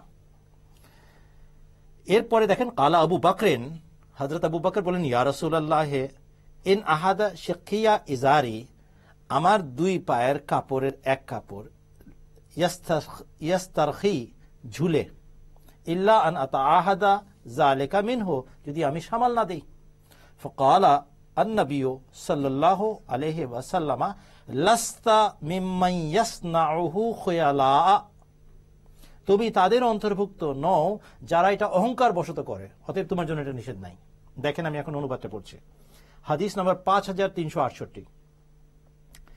নবী করিম সাল্লাল্লাহু আলাইহি ওয়াসাল্লাম বলেছেন, যে ব্যক্তি অহংকারের সাথে নিজের পোশাক ঝুলিয়ে চলবে আল্লাহ তার প্রতি রহমতের দৃষ্টিতে তাকাবেন না কিয়ামতের দিন। তখন হযরত আবু বকর সিদ্দিক রাদিয়াল্লাহু আনহু বললেন, ইয়া রাসূলুল্লাহ, আমার লুঙ্গির এক পাশ ঝুলে থাকে, যদি আমি তাতে গিরা না দেই, সামাল না দেই। নবী সাল্লাল্লাহু আলাইহি ওয়াসাল্লাম বললেন, তুমি তাদের অন্তর্ভুক্ত নও যারা অহংকার করে এরূপ করে। এর চেয়ে স্পষ্ট আর কি কথা আছে? হুজুর সাল্লাল্লাহু আলাইহি ওয়াসাল্লাম বললেন আগামীতে এই ভুলটা করো না, এটা বলেছেন না। তুমি তাদের মধ্যে থেকেই নও, তুমি তাদের অন্তর্ভুক্তই নও যাদের কথা আমি বলছি। আমি বলছি অহংকারীদের কথা, তুমি তাদের অন্তর্ভুক্ত নও, সুতরাং তোমার জন্য আমার এই কথাটা প্রযোজ্য নয়। এর পরের হাদিসগুলো একই কথা, সে একই বিষয়ে বারবার পুনরাবৃত্তি করছে, সেদিকে তাকানোর কারো অবকাশ নাই। একটা মসলা শিখে ফেলেছেন, গিরার উপরে থাকতে হবে এবং গিরার নিচে হলে ইসলাম ধ্বংস হয়ে যায়, এরকম কোনো কথা কোরআন সুন্নাত হাদিস দ্বারা সাব্যস্ত নয়। এমনকি তারা এটাকে নামাজের সাথে সম্পর্কযুক্ত করে দিয়েছে যে শুধু নামাজের সময় থাকা যাবে না, অন্য সময় থাকা যাবে। তাহলে নামাজ গিয়ে পড়েন গিরার উপরে কাপড় ঝুলিয়ে উত্তর মেরু এবং দক্ষিণ মেরুতে, আর খবরদার মোজাও পড়তে পারবেন না, কেননা তাতেও গিরা ঢাকা পড়ে। ধন্যবাদ মহাশয়। শুধু দর্শক, আশা করি আপনার উত্তরটি পেয়েছেন, যেভাবে মহাশয় বিস্তারিত ভাবে আপনার প্রশ্নের উত্তর দিলেন। আমরা দেখতে পাচ্ছি যে আমাদের সাথে আরেকজন দর্শক আছেন ফোন লাইনে, খলিল আহমদ সাহেব চান্তারা থেকে। আমরা তার কাছে যাচ্ছি। আসসালামু আলাইকুম ওয়া রাহমাতুল্লাহ। ওয়ালাইকুম আসসালাম ওয়া রাহমাতুল্লাহ। জি খলিল আহমদ, সবাইকে সালাম ওর পক্ষ থেকে। ওয়ালাইকুম আসসালাম ওয়া রাহমাতুল্লাহ। জি আপনার প্রশ্নটি বলুন। আমার প্রশ্নটি হচ্ছে, মুসলমানদের বিভিন্ন ফিরকা শেষ যুগে আগমনকারী ইমাম মাহদী আলাইহিস সালাম সম্পর্কে বিভিন্ন স্থানে আসার কথা বলে থাকেন। আসলে মহানবী সাল্লাল্লাহু আলাইহি সাল্লাম নির্দিষ্টভাবে তার জন্মস্থান সম্পর্কে কি বলে গেছেন, একটু বিস্তারিত বর্ণনা করলে উপকৃত হব। জি জি ধন্যবাদ। আমার আরো একটি প্রশ্ন, তারিকুল কোরআনের 825 নম্বর পৃষ্ঠায় আমি একটি হাদিস দেখতে পেয়েছি, সেখানে বলা হয়েছে যে দামেস্কের মসজিদের পূর্ব দিকে শুভ্র মিনারের পাশে মাহদী আলাইহিস সালাম আসবেন। এই বিষয়ে একটু বিস্তারিত, শুভ্র মিনার সম্পর্কে একটু বিস্তারিত ব্যাখ্যা করবেন। ধন্যবাদ আপনার প্রশ্নের জন্য। আপনি দুটি প্রশ্ন করেছেন, আমাদের আসলে সময় খুব সংক্ষিপ্ত, আমরা চেষ্টা করব আপনার প্রশ্ন নেয়ার। যদি সম্ভব না হয় তাহলে আমাদেরকে ক্ষমা করবেন। ইনশাআল্লাহ তাআলা আমরা পরবর্তীতে আমাদের পরবর্তী অনুষ্ঠানগুলোতে আপনার প্রশ্ন নিয়ে আলোচনা করার চেষ্টা করব। আমি প্রথম প্রশ্নটি রাখছি লন্ডন স্টুডিওতে মাওলানা ফিরোজ আলম সাহেবের কাছে, যে আমাদের এই দর্শক প্রশ্ন করেছেন মাওলানা সাহেব যে ইমাম মাহদী আলাইহিস সালাতু ওয়াস সালামের জন্মস্থান নিয়ে হাদিসে বিভিন্ন জায়গার কথা উল্লেখ আছে, এখন প্রকৃত স্থান কোনটি সেই ব্যাপারে আপনি একটু বলবেন। আমি মাওলানা সাহেবকে অনুরোধ করব যাতে সংক্ষেপে উত্তর দেন, কেননা আমাদের অনেক দর্শককে আমাদের সুযোগ দিতে হবে। ইমাম মাহদী আলাইহিস সালাতু ওয়াস সালামের জন্মস্থান সম্পর্কে প্রশ্ন। রসুল করিম সাল্লাল্লাহু আলাইহি সাল্লামের উক্তি যা আমরা হাদিসে দেখতে পাই, তিনি বলেছেন যে পারস্য বংশীয় এক ব্যক্তি আসবেন, আর হযরত মসিহে মাউদ আলাইহিসসালাতু ওয়াসসালামের পূর্বসূরীরা পারস্য থেকে হিজরত করে এসেছেন ভারতে। রসুল করিম সাল্লাল্লাহু আলাইহি সাল্লামের এক উক্তি হাদিস আছে, তার আগমনের জায়গা সম্পর্কে রসুলুল্লাহর হাদিসে কাদেয়া শব্দ ব্যবহার করা হয়েছে। কাদিয়ানের যেটি পূর্ব নাম বা এটি এই শব্দের একটা পরিবর্তিত রূপ, যে কাদেয়া নামক স্থানে ইমাম মাহদীর আগমন ঘটবে, এই ধরনের শব্দ হাদিসে দেখতে পাওয়া যায়। আবার কোনো কোনো জায়গায় খুরাসান শব্দ ব্যবহার হয়েছে, যে খুরাসানে তিনি তার আগমন ঘটবে। কোনো কোনো হাদিসে আছে যে কালো পতাকা উঁচিয়ে একটা গোষ্ঠী আসবে এবং তাদের মাঝে ইমাম মাহদীর আগমন ঘটবে। তো এই সবগুলো হাদিস এক জায়গায় রেখে বেশিরভাগ হাদিসের যে আমরা কনক্লুশন দেখতে পাই তা হলো ইমাম মাহদীরকে পারস্যের সাথে সম্পর্কযুক্ত করা হয়েছে, যে পারস্য বংশের সাথে তার সম্পর্ক হবে। পারস্য থেকে হিজরত করে হযরত ইমাম মাহদী আলাইহিস সালামের গোষ্ঠীর বা বংশের 2 শতাধিক ব্যক্তি এসেছেন ভারতে, কাশ্মীর অঞ্চলে বা পরে পাঞ্জাবের দিকে তারা নেমে এসেছেন। এবং হাদিসে রসুল করিম সাল্লাল্লাহু আলাইহি সাল্লামের এই প্রেক্ষাপটে কাদেয়া শব্দ ব্যবহার হয়েছে। তো নির্দিষ্ট করে এটি হলফ করে কোনো জায়গা সম্পর্কে বলা নেই যে ঠিক এই জায়গাতেই তিনি আসবেন। আর ভবিষ্যৎবাণী সম্পর্কে দর্শক স্মরণ রাখতে হবে যে ভবিষ্যৎবাণীতে সবসময় ইখফার একটা দিক থাকে, অর্থাৎ বিষয় কিছুটা গোপনীয় থাকে, লুক্কায়িত থাকে। যেভাবে ইউমিনুনা বিল গায়েব আছে কোরআন শরীফের শুরুতে, যে যেভাবে খোদার সত্তা এক গায়েব সত্তা, অদৃশ্য সত্তা, সেই গায়েব এবং অদৃশ্যটাই ইমানে পর্যবসিত হয়। যদি বিষয় দিবালোকের মতো স্পষ্ট আপনার সামনে থাকে, তার উপর ইমান আনা এটিকে ইমান বলা হয় না। এই কারণে ইমাম মাহদী বা কোনো মহাপুরুষের আগমনের স্থান বা তারিখ সম্পর্কে নির্দিষ্ট করে হাত রেখে বলে দেয়া যে ঠিক এই জায়গায় এই দিনে এই তারিখে তার আগমন হবে, এটি কোনো জায়গায় করা হয় না। কেননা এমনটি করার আক্ষরিকভাবে পূর্ণ হওয়া এটি আসলে ইমানের যে অর্থ আছে সেই অর্থের কিছুটা পরিপন্থী বিষয়কে প্রকাশ করে। তো ভবিষ্যৎবাণীতে ইশারা এবং ইঙ্গিতে আর রূপকের ভাষায় বিভিন্ন কথা বলে দেয়া হয়। ওয়ারাউন নহর বলা হয়েছে যে তিনি নহরের পাশে আসবেন, বা কোনো কোনো জায়গায় যে হযরত ইমাম মাহদী আলাইহিস সালাতু ওয়াস সালামের বংশ সম্পর্কে বলা হয়েছে যে তিনি হুররাস বা হারেস বংশের সাথে সম্পর্ক রাখবেন। তো এগুলো বিভিন্ন ইশারা এবং ইঙ্গিতে তার বংশের বিভিন্ন পরিচয় তুলে ধরা হয়েছে বিবেকবান, বুদ্ধিমান, সত্যসন্ধানী মুত্তাকিকে পথ দেখানোর জন্য। কিন্তু যেভাবে আমি বলছি পিন পয়েন্ট করে একেবারে এই জায়গায়, এই গ্রামে, এই তারিখে, এই দিনে তিনি আসবেন, সেইভাবে ভবিষ্যৎবাণীতে কখনো থাকে না। তা এমন যদি রাখা হয় আর এমনটি যদি ঘটে যায়, সেখানে আর ইমান আর গায়েবের বিষয়টি আর থাকে না।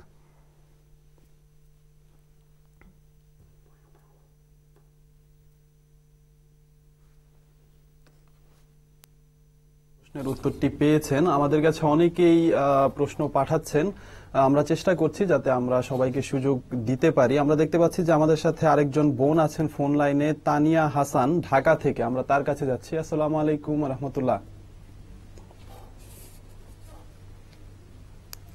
জি বোন, আপনি কি আমাদের কথা শুনতে পাচ্ছেন? ওয়ালাইকুম আসসালাম ওয়া রাহমাতুল্লাহ। জি, আপনার প্রশ্নটি বলুন।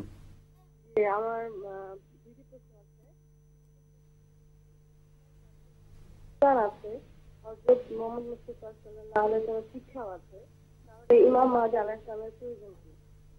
আচ্ছা, ইমাম মাহদী আলাইহিস সালাম আসার আগে যে সকল মুজাদ্দিদ আসছেন তারা যে ধর্মের জন্য কাজ করে গেছে বা তারা যে আমাদের কাছে মেসেজ দিয়ে গেছে সেই সম্পর্কে বিস্তারিতভাবে আলোচনা করা হয় না কেন, এবং তাদের কবর জিয়ারত করা যাবে কিনা? ধন্যবাদ। আসলে উনি অনেকগুলো প্রশ্ন করে ফেলেছেন। প্রথম প্রশ্ন ওনার ছিল যে আমাদের মাঝে কোরআন আছে, হযরত মুহাম্মদ সাল্লাল্লাহু আলাইহি ওয়াসাল্লামের শিক্ষা আছে, তাহলে ইমাম মাহদী আলাইহিস সালামের প্রয়োজন কেন? দ্বিতীয় প্রশ্ন তিনি জানতে চাইছেন যে ইমাম মাহদী আলাইহিস সালাম আসার আগে আরো অনেক মুজাদ্দিদরা এসেছেন, তো তাদের সম্পর্কে তারাও অনেক শিক্ষা দিয়ে গেছেন, তো সেগুলো সম্পর্কে কেন আলোচনা করা হয় না, এবং তাদের কবর জিয়ারত সম্পর্কে তিনি জানতে চাচ্ছেন। আমি মাওলানা আনিসুল ইসলাম সাহেবের কাছে প্রথম প্রশ্নটি রাখছি যে ইমাম মাহদী আলাইহিস সালামের গুরুত্ব বা প্রয়োজনীয়তা কি, যদিও আমাদের কাছে কোরআন এবং মুহাম্মদ সাল্লাল্লাহু আলাইহি ওয়াসাল্লামের শিক্ষা রয়েছে। জাযাকাল্লাহ প্রশ্নের জন্য। বোন, আপনি প্রশ্ন করেছেন যে বর্তমানে আমাদের মাঝে ইসলাম আছে, হযরত মুহাম্মদ সাল্লাল্লাহু আলাইহি সাল্লামের মাধ্যমে যে ইসলাম আমরা লাভ করেছি এবং পবিত্র কোরআন আছে, তারপরেও আহমদিয়া তথা প্রকৃত ইসলাম এটা কেন দরকার এবং ইমাম মাহদী আলাইহিস সালামকে মানার প্রয়োজনীয়তাটা কি? এখানে এই বিষয়টি যদি আমরা একটু বিস্তারিতভাবে আলোচনা করতে চাই তাহলে আমাদেরকে পবিত্র কোরআনের দিকে দেখতে হবে। সেখানে মহান আল্লাহ তাআলা পবিত্র কোরআনে ঘোষণা করছেন যে হুয়াল্লাযী আরসালা রাসূলাহু বিল হুদা ওয়া দীনিল হাক্কি লিইয়ুযহিরাহু আলা দ্বীনি কুল্লিহি ওয়ালাউ কারিহাল মুশরিকুন। এই আয়াতের যে ব্যাখ্যা, সেই ব্যাখ্যায় আমি অর্থের দিকে যাচ্ছি না, কারণ আমাদের যিনি সঞ্চালক আছেন তিনি বারবার বলতেছেন সংক্ষেপ করার জন্য। আমি ব্যাখ্যা অর্থের দিকে না গিয়ে আপনার প্রশ্নের উত্তরের দিকে যাচ্ছি। এই আয়াতের ব্যাখ্যায় মুসলিম উম্মার যত আলেম ওলামা আছেন সবাই এক কথা বলেছেন যেটা ইমাম মাহদী আলাইহিস সালামের মাধ্যমে এই ইসলামের বিশ্ববিজয় হবে, এটা অন্য কারো মাধ্যমে না, শুধু এবং শুধুমাত্র ইমাম মাহদী আলাইহিস সালামের মাধ্যমে। এখন দেখা যাক যে ইমাম মাহদীকে এই বিষয়টি যদি আমরা দেখি যে প্রসঙ্গত এই কথাটা বলতে হয় যে আজ পর্যন্ত আল্লাহ তাআলা কর্তৃক আদিষ্ট হয়ে এবং আল্লাহ তাআলার আশিস লাভ করেছে ইমাম মাহদী হিসেবে দাবি করার পর একমাত্র ব্যক্তি হচ্ছেন হযরত মির্জা গোলাম আহমদ কাদিয়ানী আলাইহিস সালাম। তিনি আল্লাহ তাআলার আশিস পুষ্ট হয়েছেন এবং তার জীবদ্দশাতে তিনি একটি জামাত প্রতিষ্ঠা করেছেন, আহমদিয়া মুসলিম জামাত। তার মৃত্যুর পর আল্লাহ তাআলার ভবিষ্যৎবাণী অনুযায়ী হযরত মুহাম্মদ সাল্লাল্লাহু আলাইহি সাল্লাম যেটা আমাদেরকে জানিয়েছেন, সেই ভবিষ্যৎবাণী অনুযায়ী বর্তমানে প্রায় 100 বছরের অধিক সময় যাবৎ খিলাফত এই জামাতের মধ্যে প্রতিষ্ঠা রয়েছে এবং এই জামাত উন্নতির পর উন্নতি করে যাচ্ছে। আর এই যে আল্লাহ তাআলা আপনি এর আগে যে উত্তরটি দিয়েছিলাম হযরত মুসলিম মাউদ আলাইহিস সালাম যেখানে বলেছিলেন যে একজন মিথ্যাবাদীর জন্য 23 বছরের বেশি জীবনকাল হয় না, ওইখানেও যেভাবে প্রমাণিত হয়েছে যে হযরত ইমাম মাহদী আলাইহিস সালাম সত্য, পাশাপাশি আল্লাহ তাআলার সমর্থন পুষ্ট হয়ে এই যে জামাত আহমদিয়া মুসলিম জামাত প্রতিষ্ঠিত হয়েছে, সেই আহমদিয়া এই ক্ষেত্রে আমরা দ্ব্যর্থহীনভাবে বলতে পারি যে হযরত ইমাম মাহদী আলাইহিস সালাম অর্থাৎ হযরত মির্জা গোলাম আহমদ কাদিয়ানী আলাইহিস সালামই সেই মহাপুরুষ যার মাধ্যমে এই ইসলামের বিজয় লাভ হবে এবং যার সম্পর্কে পবিত্র কোরআনের এই ঘোষণা দেওয়া হয়েছে। পাশাপাশি আমি যে কথাটি বলতে চাই, এখন দেখা যাক হাদিসে হযরত মুহাম্মদ সাল্লাল্লাহু আলাইহি সাল্লাম আমাদেরকে কি শিক্ষা দিয়েছেন বা কি নির্দেশ দিয়েছেন। হযরত মুহাম্মদ সাল্লাল্লাহু আলাইহি সাল্লাম আমাদেরকে নির্দেশ দিয়েছেন, যা খুরুজুল মাহাদি ইবনে মাজা শরীফের খুরুজুল মাহাদিতে হাদিস আছে যেখানে বলা হয়েছে ফাইজা রাআইতুমুহু, যখন তুমি তাকে অর্থাৎ ইমাম মাহদী আলাইহিস সালামের সাথে তোমার সাক্ষাৎ হয় বা তুমি দেখো, ফা বায়ুহু, অতএব তার হাতে তুমি বয়াত গ্রহণ করো। পাশাপাশি এখানে হযরত মুহাম্মদ সাল্লাল্লাহু আলাইহি সাল্লাম এটিও বলেছেন যে ওয়ালাউ হাবওয়ান আলা সালজে ফাইন্নাহু খলিফাতুল্লাহিল মাহদী।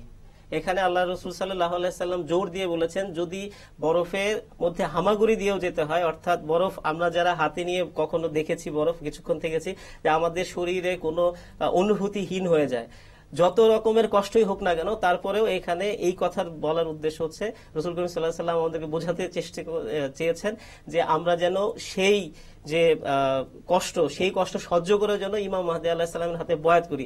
পাশাপাশি হযরত মুহাম্মদ সাল্লাল্লাহু আলাইহি সাল্লাম অন্যত্র বলেছেন শুধু বয়াত করলে হবে না, তাকে ইমাম মাহদী আলাইহিস সালামকে হযরত মুহাম্মদ সাল্লাল্লাহু আলাইহি সাল্লামের সালাম পৌঁছাতে হবে। এই সালাম পৌঁছানো পর্যন্তই হযরত মুহাম্মদ সাল্লাল্লাহু আলাইহি সাল্লাম ক্ষান্ত হননি, বরং বলেছেন যখন তোমরা তার সাথে সাক্ষাৎ হবে তখন তাকে অবশ্যই সাহায্য করতে হবে। অর্থাৎ এই যে আহমদিয়া মুসলিম জামাত যার কথা বলা হচ্ছে যে নতুন কোনো কিছু নিয়ে এসছে কিনা, আমি যদি ওই দিকে একটু আমাকে অনুমতি দেন, নতুন কিছু এনেছে কিনা এর উত্তরও যদি আমি একটু দিতে চাই। সেই ক্ষেত্রে আহমদিয়া মুসলিম জামাত নতুন কোনো কিছু নিয়ে আসেনি, ইসলাম ভিন্ন কোনো কিছুই দেয়নি। আহমদিয়া মুসলিম জামাত যেটা করেছে সেটা হচ্ছে ইসলামের যেটা পুনর্জীবন সেটা প্রদান করেছে। পাশাপাশি বর্তমান যুগকে, বর্তমান মুসলিম উম্মাকে, বর্তমান বিশ্বকে জীবন্ত খোদার জ্বলন্ত নিদর্শন দেখিয়েছে। জীবন্ত যে রসুল সাল্লাল্লাহু আলাইহি সাল্লাম তার সাথে পরিচয় করিয়ে দিয়েছে। বর্তমানে আহমদিয়া মুসলিম জামাতে একমাত্র জামাত যেখানে শান্তির যে নীড় সেটা খিলাফতের আশ্রয় রয়েছে। বর্তমানে আমরা যদি লক্ষ্য করি বিশ্বের দিকে খিলাফতের নামে রক্তপাত হচ্ছে, আর আমাদের এখানে দেখুন আমাদের যে খলিফা, বর্তমান খলিফা হযরত খলিফাতুল মসিহ আল খামেস, তাকে বহির্বিশ্বে শান্তির বরপুত্র হিসেবে উপাধি দেওয়া হয়েছে। কারণ হযরত মুহাম্মদ সাল্লাল্লাহু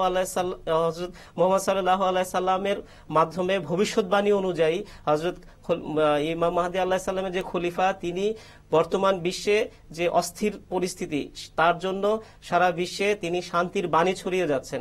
এখন আপনি আমেরিকা থেকে নিয়ে শুরু করে জার্মানের যে সেনাবাহিনীর যে ক্যান্টনমেন্ট আছে সেখানে সব জায়গাতেই তিনি এই বাণী পৌঁছে দিয়েছেন যে তোমরা যদি এই পৃথিবীতে বসবাস করতে চাও তাহলে শান্তির কথা বলেছেন এবং জাস্টিস, যেটা ন্যায় বিচার প্রতিষ্ঠার কথা বলেছেন। অতএব এটা আমি ব্যর্থহীন ভাষায় বলতে পারি। এবং রসুল করিম সাল্লাল্লাহু আলাইহি সাল্লাম আল্লাহ তাআলা, প্রথমত আল্লাহ তাআলার নির্দেশ যে তাকে মানতে হবে। এখন আমাদের যারা মুসলমান আছি আল্লাহ তাআলার উপর বিশ্বাস করি, এক আল্লাহ বিশ্বাস করি এবং আল্লাহ তাআলা কে মান্য করার দাবি করি, পাশাপাশি হযরত মুহাম্মদ সাল্লাল্লাহু আলাইহি সাল্লামের প্রেমিক হিসেবে নিজেদেরকে দাবি করি। এখন তাদের জন্য আমাদের উদারত আহ্বান যে তারা এই বিজয়ী দল যেটা বর্তমানে আহমদিয়া মুসলিম জামাত, প্রকৃত আহমদিয়া তথা প্রকৃত ইসলাম বিশ্বের বুকে ছড়িয়ে যাচ্ছে, ফেলে যাচ্ছে, সেই দলে আসবে নাকি তারা তাদের মতোই থাকবে, এটা তাদের উপর বিচার্য বিষয়। আল্লাহ তাআলা, মহান আল্লাহ তাআলা আমাদের সবাইকে পরিপূর্ণ ঈমানের সাথে মৃত্যু দান করুন। ধন্যবাদ মৌলানা সাহেব। বোন, আশা করি আপনি আপনার প্রশ্নের উত্তরটি পেয়েছেন। আমি মৌলানা আওয়াল সাহেবের কাছে ওনার প্রশ্নের দ্বিতীয় অংশটি জানতে চাইব। তিনি বলেছিলেন যে মসিহ মাউদ আলাইহিস সালামের পূর্বে অনেক মুজাদ্দিদরা এসেছেন এবং অনেক শিক্ষা বা অনেক মেসেজ আমাদেরকে দিয়ে গেছেন আল্লাহ তাআলার পক্ষ থেকে, তো সেগুলো নিয়ে আমরা এখন কেন আলোচনা করি না? আর তিনি সেই সাথে জানতে চেয়েছিলেন যে তাদের কবর জিয়ারত করা যাবে কিনা। 100 বার যাবে, তাদের কবর জিয়ারত করতে কোনো নিষেধ নাই। কবর জিয়ারতের ব্যাপারে শুধু নিষেধাজ্ঞা দুটো কারণে আছে।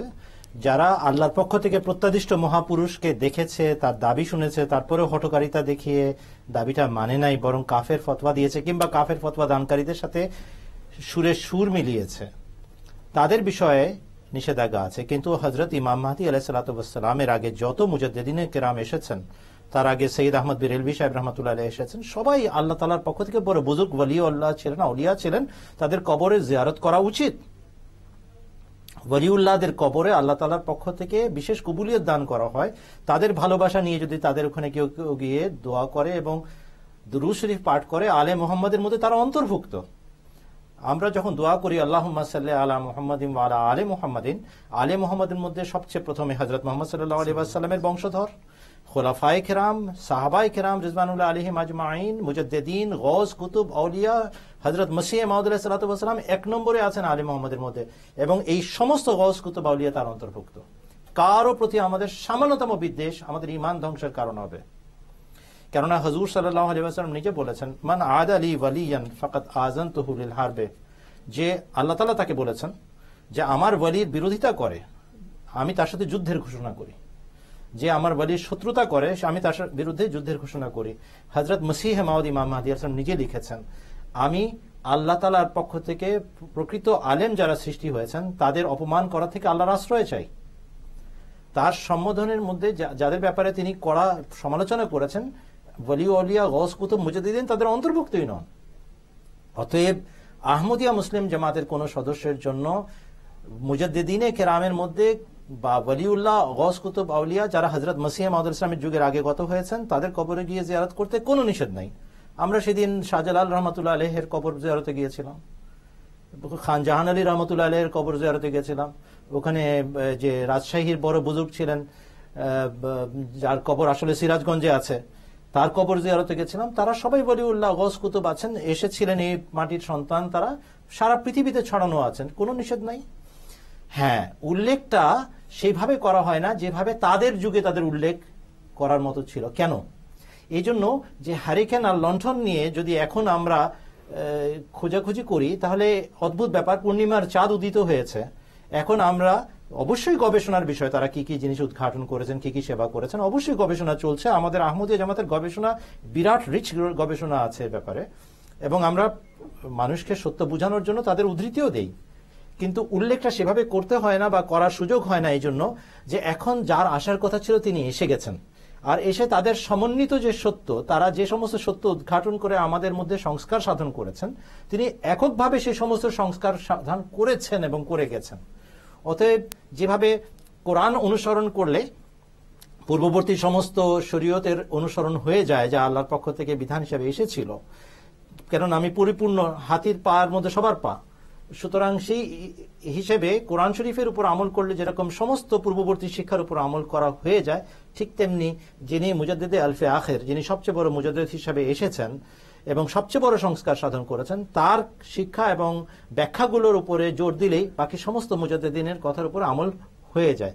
তবে বোন, এ ব্যাপারে কোনো দ্বিমত নাই, গবেষণা হতে পারে, এ ব্যাপারে আলোচনা হতে পারে, তাদের সেবামূলক কার্যকলাপের উল্লেখ করতে কোথাও কোনো বারণ নাই, কোনো নিষেধ নাই। ধন্যবাদ মৌলানা সাহেব, খুব সুন্দরভাবে আপনি উত্তর দিলেন। বোন, আশা করি আপনি আপনার প্রশ্নের সন্তোষজনক উত্তর পেয়েছেন। মৌলানা সাহেব খুব সুন্দরভাবে বিষয়টি বুঝিয়ে বললেন।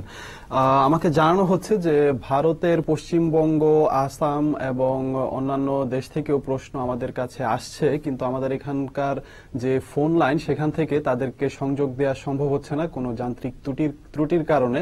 তো আমরা তাদের কাছে আন্তরিকভাবে দুঃখিত যে আপনাদের সাথে সরাসরি আমরা কথা বলতে পারছি না।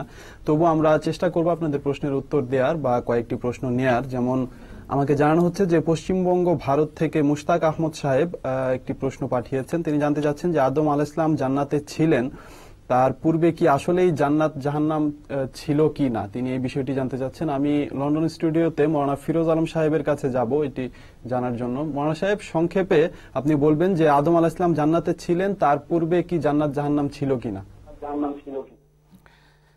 জান্নাত বলতে মৃত্যুর পর পুণ্যাত্মারা যেই শান্তির জায়গা আল্লাহ তাআলার পক্ষ থেকে লাভ করবেন, সেই জান্নাতে তারা ছিলেন না। তবে তারা জান্নাতের মতো, জান্নাত প্রতিম, জান্নাত সদৃশ জায়গায় বসবাস করতেন। প্রথম বাক্যের ব্যাখ্যা পেশ করি যে পারলৌকিক জান্নাত, যা এই পৃথিবীতে নেক কর্মের প্রতিদান স্বরূপ আল্লাহ তাআলা পরলোকে মানুষকে দান করবেন, সেই জান্নাতে যারা যায় তারা সেখান থেকে আর বহিষ্কৃত হয় না। এটি আল্লাহর পক্ষ থেকে অমোঘ ঘোষণা, এটি রাসূল করিম সাল্লাল্লাহু আলাইহি ওয়াসাল্লাম বলেছেন। তাই এমন কোনো অর্থ করা যাবে না যা কোরআনের আয়াতের পরিপন্থী, হযরত মুহাম্মদ সাল্লাল্লাহু আলাইহি ওয়াসাল্লামের কথার বিরোধী। তবে হযরত আদম এবং তার স্ত্রী জান্নাতের মতো একটা সুন্দর জায়গায় বসবাস করতেন, সেই অঞ্চলেই তারা প্রেরিত হয়েছিলেন। আর সেই অঞ্চলেই কোনো কোনো অনুসারীরা ভুল করেছে হযরত আদম আলাইহিসসালাতু ওয়াসসালামের, যে কারণে সেই এলাকা থেকে তাদেরকে হিজরত করতে হয়েছে। কোনো কোনো গোষ্ঠীর সাথে মেলামেশা বারণ ছিল, যা হয়েছে, এবং এই ভুলের, এই ভ্রান্তিতে হযরত আদম নবী যিনি ছিলেন, তার কোনো সরাসরি প্রত্যক্ষ বা দৃঢ় প্রতিজ্ঞ হয়ে তিনি কোনো ভুল করেননি।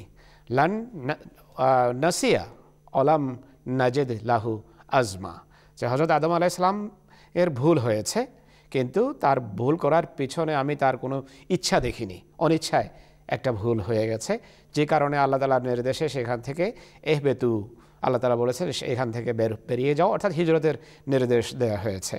তো সেটি এই পৃথিবীরই একটি জান্নাতের মতো একটা জায়গা ছিল, যেখানে হয়তো ঝর্ণা ছিল, যেখানে অনেক বাগান ছিল, নদ নদী ছিল, সুন্দর জায়গা থেকে অন্য জায়গায় তাদেরকে হিজরত করতে হয়েছে। তো এটি মৃত্যুর পরের জান্নাত নয়। ধন্যবাদ মৌলানা সাহেব আপনার প্রশ্নের জন্য, আপনার প্রশ্নের উত্তর দেওয়ার জন্য। আমি দেখতে পাচ্ছি যে আমাদের ইমেইলে অনেক প্রশ্ন আসছে এবং আমাকে জানানো হচ্ছে যে অনেকেই ইমেইলে প্রশ্ন পাঠাচ্ছেন। আমি এখন ইমেইল থেকে একটি প্রশ্ন নিতে যাচ্ছি। আমি মৌলানা আওয়াল সাহেবের কাছে প্রশ্নটি রাখবো। আমাদের একজন জেরে তবলিগ ভাই প্রশ্ন পাঠিয়েছেন। তিনি জানতে চাচ্ছেন যে আজকাল সারা বিশ্বজুড়ে মুসলমানদের উপর অনেক অত্যাচার হচ্ছে, তো আর বিভিন্ন মুসলমান সংগঠন বিভিন্ন জায়গায় বিভিন্নভাবে এগুলোর প্রতিবাদও জানাচ্ছে। আপনারা মুসলমানদের জন্য কি করছেন?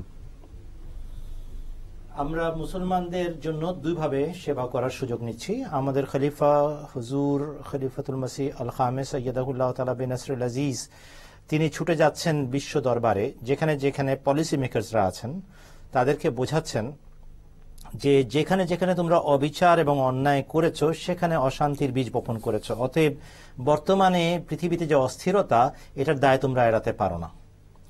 আরেকটা কথা তিনি বোঝাচ্ছেন যে যদি তোমরা শান্তি স্থাপন করতে চাও তাহলে অ্যাবসলিউট জাস্টিস, নিরঙ্কুশ ন্যায় বিচার, একেবারে নিখাদ ন্যায় বিচার প্রতিষ্ঠা করো, তবে গিয়ে তোমরা শান্তির মুখ দেখতে পাবে।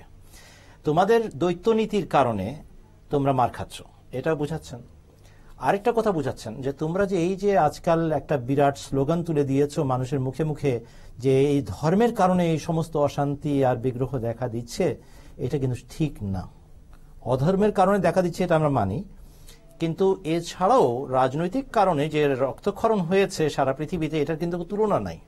তিনি প্রথম বিশ্বযুদ্ধের হতাহতের সংখ্যা তুলে ধরছেন, দ্বিতীয় বিশ্বযুদ্ধের মহাযুদ্ধের যে হতাহতের সংখ্যা সেটা তুলে ধরে জিজ্ঞেস করছেন এটা কি কোনো মুসলমানদের পক্ষ থেকে লেলিয়ে দেওয়া যুদ্ধ ছিল? এবং আজ পর্যন্ত এত ধ্বংসযজ্ঞ কি আর কোনো জায়গায় হয়েছে, কোনো কারণে কোনো যুদ্ধে হয়েছে? যেহেতু হয়নি, এ কথা প্রথমে মেনে নাও যে ইসলাম ধর্মকে তোমরা যে একচেটিয়া ভাবে একপেশে ভাবে দায়ী করে যাচ্ছ সমস্ত অশান্তির জন্য, এটা ঠিক না। দ্বিতীয় কথা তিনি যেটা বিশ্ব নেতৃত্বকে বোঝানোর চেষ্টা করছেন সেটা হচ্ছে খাঁটি ইসলামের শিক্ষা কি। খাঁটি ইসলামের শিক্ষা সেটাই যেটা কোরআন শরীফে আছে, যা হযরত মুহাম্মদ মুস্তাফা সাল্লাল্লাহু আলাইহি ওয়াসাল্লামের জীবন আচরণের মাধ্যমে আমরা দেখেছি। সেখান থেকে তিনি তুলে তুলে দেখাচ্ছেন তাদেরকে, দেখো খাঁটি শিক্ষা হচ্ছে এই। আর মুসলমানরাও শেখো যে তোমাদেরকে কয়েকটি হাতে গোনা এই উগ্রপন্থী ধর্মীয় সন্ত্রাসী মোল্লা মৌলবীর দল তোমাদেরকে যে পথে বিপদগামী করছে সেদিকে যেও না, কেননা খাঁটি ইসলাম ভিন্ন শিক্ষা দিচ্ছে। অতএব দুই দিক থেকে সেবা হচ্ছে। একদিকে ইসলামের অনুসারীদেরকে খাঁটি ইসলাম শেখানো হচ্ছে, অপরদিকে ইসলাম বিদ্বেষীদেরকে যারা বিশ্ব নেতৃত্ব দিচ্ছে বা পলিসি নির্ধারণ করছে, নীতি নির্ধারণী অবস্থান রাখে, তাদেরকে বোঝানো হচ্ছে যে তোমরা অন্ধভাবে ইসলাম বিদ্বেষী হয়ে যেও না। এবং ইসলাম এমন কোনো কিছু উপস্থাপন করেনি যেটা তোমরা স্বীকার করো না, বা মানুষের নৈতিকতা, মানুষের যেটাকে বিবেক, সেটা স্বীকার করে না। এই কথাটা উনি বারবার বলছেন। অবশ্যই বিবেক সম্পন্ন, অবশ্যই মানবিক ধর্ম ইসলাম, এর চেয়ে সুন্দর ভারসাম্যপূর্ণ শান্তির শিক্ষা আর হতে পারে না। এটা কেবল মুখের কথা নয়। আহমদিয়া জামাতের যেটা ওয়েবসাইট আছে alislam.org, সেখানে মিডিয়া লাইব্রেরি আছে। মিডিয়া লাইব্রেরিতে ক্লিক করলে আপনি একটা বিশাল ভিডিও সাম্রাজ্যে চলে যাবেন। সেখানে হুজুরের অ্যাক্টিভিটিজ এর জন্য একটা আলাদা ফাইল করা আছে।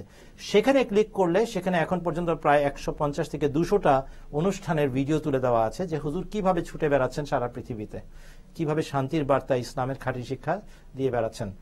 আমরা একপেশে ভাবে ইসলামকে দায়ী করার জন্য যে চলছে, এক ধরনের প্রপাগান্ডা, এক ধরনের প্রচার অভিযান চলছে, তার বিরোধিতা করি, কিন্তু প্রচারের মাধ্যমে বিরোধিতা করি, অস্ত্রের মাধ্যমে বা রক্তারক্তির মাধ্যমে নয়, শান্তিপূর্ণ উপায়। আরেকটা দিকে আমরা কাজ করছি, সেটা হচ্ছে ইসলামের খাঁটি শিক্ষা উপস্থাপন করার মাধ্যমে। আরেকটা আমরা সেবা করছি, সেটা হচ্ছে ইসলামের অনুসারীদেরকে খাঁটি শিক্ষা শেখাচ্ছি, আর ইসলাম বিদেশীদেরকে ইসলামের দাওয়াত দিচ্ছি এবং ইসলামের খাঁটি রূপ দেখাচ্ছি। হযরত খলিফাতুল মসিহ আল খামেসের যে সমস্ত ঐতিহাসিক কর্মকাণ্ড আছে তার মধ্যে একটি হচ্ছে চিঠিপত্র লেখা বিশ্ব নেতৃবৃন্দের কাছে। এটা একটা অদ্ভুত ব্যাপার। হযরত মুহাম্মদ সাল্লাল্লাহু আলাইহি ওয়াসাল্লামের সুন্নতের অনুকরণে এই যুগে তিনি চিঠি লিখেছেন, পত্র দিয়েছেন। কাদেরকে দিয়েছেন? ওবামাকে দিয়েছেন, যুক্তরাষ্ট্রের রাষ্ট্রপ্রধানকে দিয়েছেন, রাশিয়ার রাষ্ট্রপ্রধান পুতিনকে দিয়েছেন, নেতানিয়াহু যিনি ইসরায়েলের প্রধানমন্ত্রী তাকে দিয়েছেন, আবার ইরানের যিনি রাষ্ট্র ক্ষমতার অধিকারী তাকে দিয়েছেন। আর একইভাবে যতগুলো বিশ্ব নেতৃবৃন্দ আছে তাদের কাছে পোপকে দিয়েছেন, পোপকে চিঠি দিয়েছেন। আর অন্যান্য নীতি নির্ধারকদেরকে চিঠি দিয়েছেন, যারা যে ধর্মের অনুসারী তাদেরকে সেই ধর্মের শিক্ষা উপস্থাপন করে বলেছেন তোমাদের ধর্মে শান্তির কথা বলা হয়েছে, যদি তুমি তোমার ধর্মের খাঁটি অনুসারী হয়ে থাকো কমপক্ষে তোমার ধর্মের নীতিটা মানো। কি অদ্ভুত শিক্ষা! এটা একটা বিরাট সেবা যেটা আহমদিয়া জামাত করে যাচ্ছে। এছাড়া আরো অনেক পদ্ধতিতে ইসলামের সপক্ষে একটি ইতিবাচক শক্তি হিসেবে আহমদিয়া জামাত কাজ করে যাচ্ছে।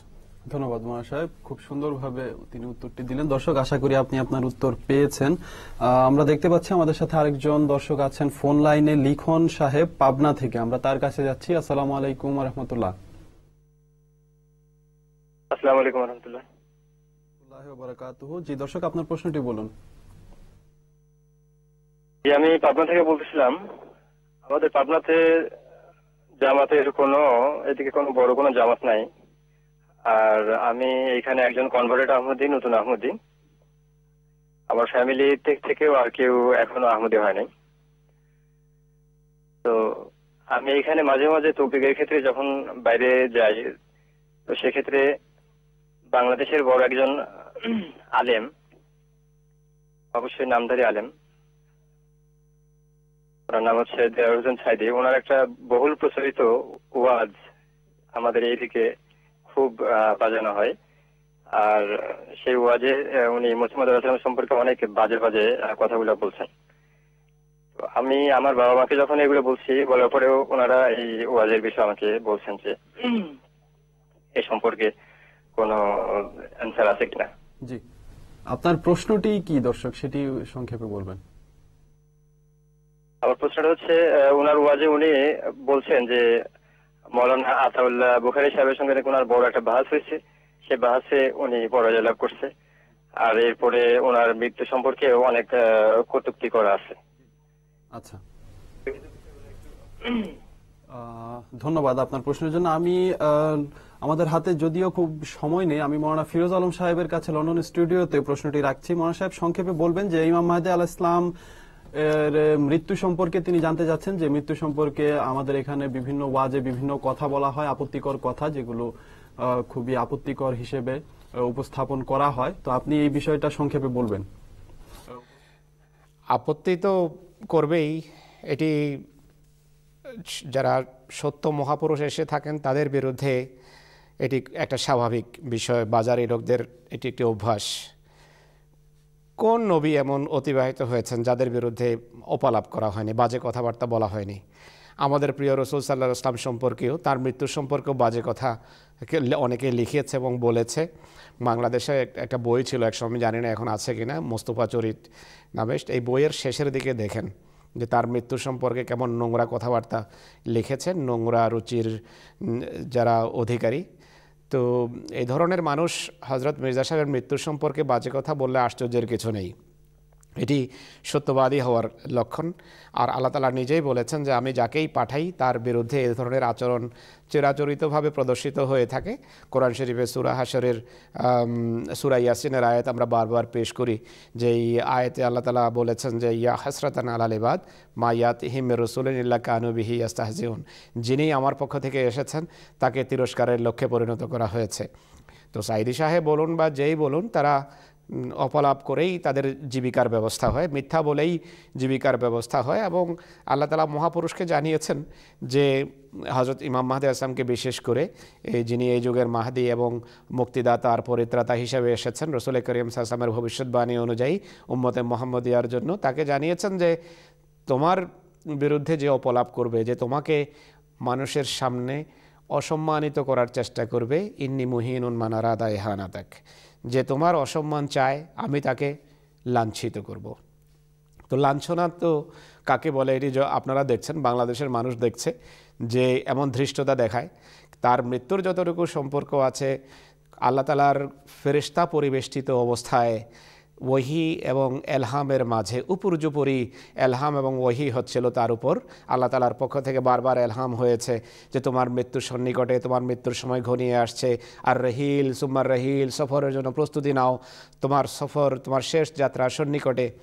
এই সব কিছু নিশ্চিত ছিলেন। নিশ্চিত হওয়ার পরেই অন্তিম পুস্তিকা লেখা আরম্ভ করেন জীবনের, যেটি বাংলা ভাষায় প্রকাশিত হয়েছে, তো পেগামে সোলা নামে, যে শান্তির বার্তা নামে এটি ছাপা হয়েছে।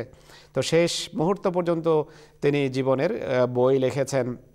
তারপর শেষের দিকে অসুস্থ হন, ক্লান্তি তার দেখা দেয়, তার দাস্ত হয়।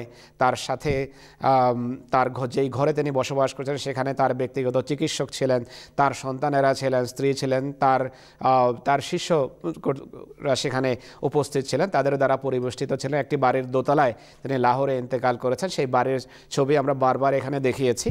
তো এত সব কিছু সত্ত্বেও বাজে কথা বলা যাদের অভ্যাস, যাদের মুখ নোংরা, তাদেরকে কোনোভাবে আমরা চুপ করাতে পারবো না। আল্লাহর তাকদিরই তাদের মুখ বন্ধ করা এবং করিয়েছে, আর এটি যুগে যুগে হতে থাকবে। এটি হযরত ইমাম মাহদী আলাইহিস সালাতু ওয়াস সালামের সত্য হওয়ার প্রমাণ এবং সত্য হওয়ার লক্ষণ।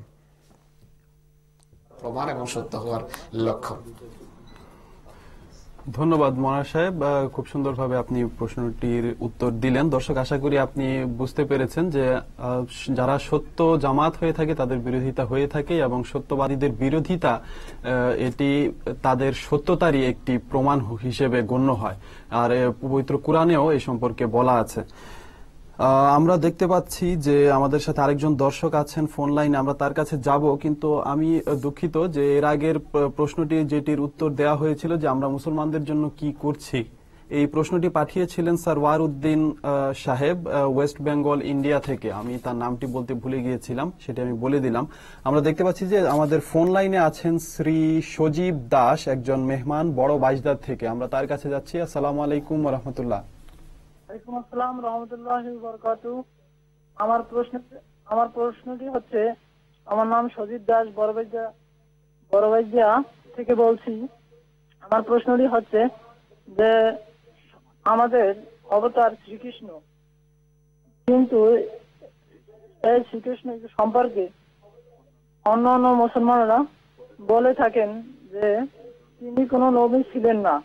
এ সম্পর্কে আপনাদের আহমদিয়া জামাত থেকে মতামত কি, এবং শ্রীকৃষ্ণ সম্পর্কে হযরত মুহাম্মদ সাল্লাল্লাহু আলাইহি ওয়াসাল্লাম কি বলে গিয়েছেন, যদি একটু বুঝিয়ে বলতেন। ধন্যবাদ সজীব সাহেব আপনার প্রশ্নের জন্য। আমি মাওলানা আওয়াল সাহেবের কাছে রাখবো প্রশ্নটি, সংক্ষেপে বলবেন, আমাদের হাতে সময় খুব কম। ধন্যবাদ প্রশ্নকারীকে। বড় বাইজদা দ্বীপ থেকে আপনি প্রশ্ন করেছেন, রাঙ্গাবালির দক্ষিণ অঞ্চল থেকে। আপনাকে স্বাগত জানাই আমাদের অনুষ্ঠানে, এবং আপনাকে আমি আশ্বস্ত করতে পারি হযরত আকদাস ইমাম মাহদী মসিহে মাউদ আলাইহিস সালাম যুগের হাকাম আর আদালত হিসেবে ঘোষণা দিয়েছেন শ্রীকৃষ্ণ আল্লাহর পবিত্র নবী ছিলেন। অবতার মানেই যিনি অবতরণ করেন, আল্লাহর পক্ষ থেকে নাজিল হন। এই কারণেই তিনি তাকে নবী বলেছেন, কেননা কোরআন শরীফে নীতিগতভাবে বলা আছে ওয়ালাকাদ বাআসনা ফি কুল্লি উম্মাতির রাসূলা, আমরা প্রত্যেক জাতিতে নবী রাসূল পাঠিয়েছি। এবং ভারত একটা বিরাট জগৎ, একটা বিরাট জাতি, অবশ্যই আল্লাহর পবিত্র নবীরা এখানে এসেছেন ভারতবর্ষকে পাপ পঙ্কিলতা থেকে মুক্ত করার জন্য।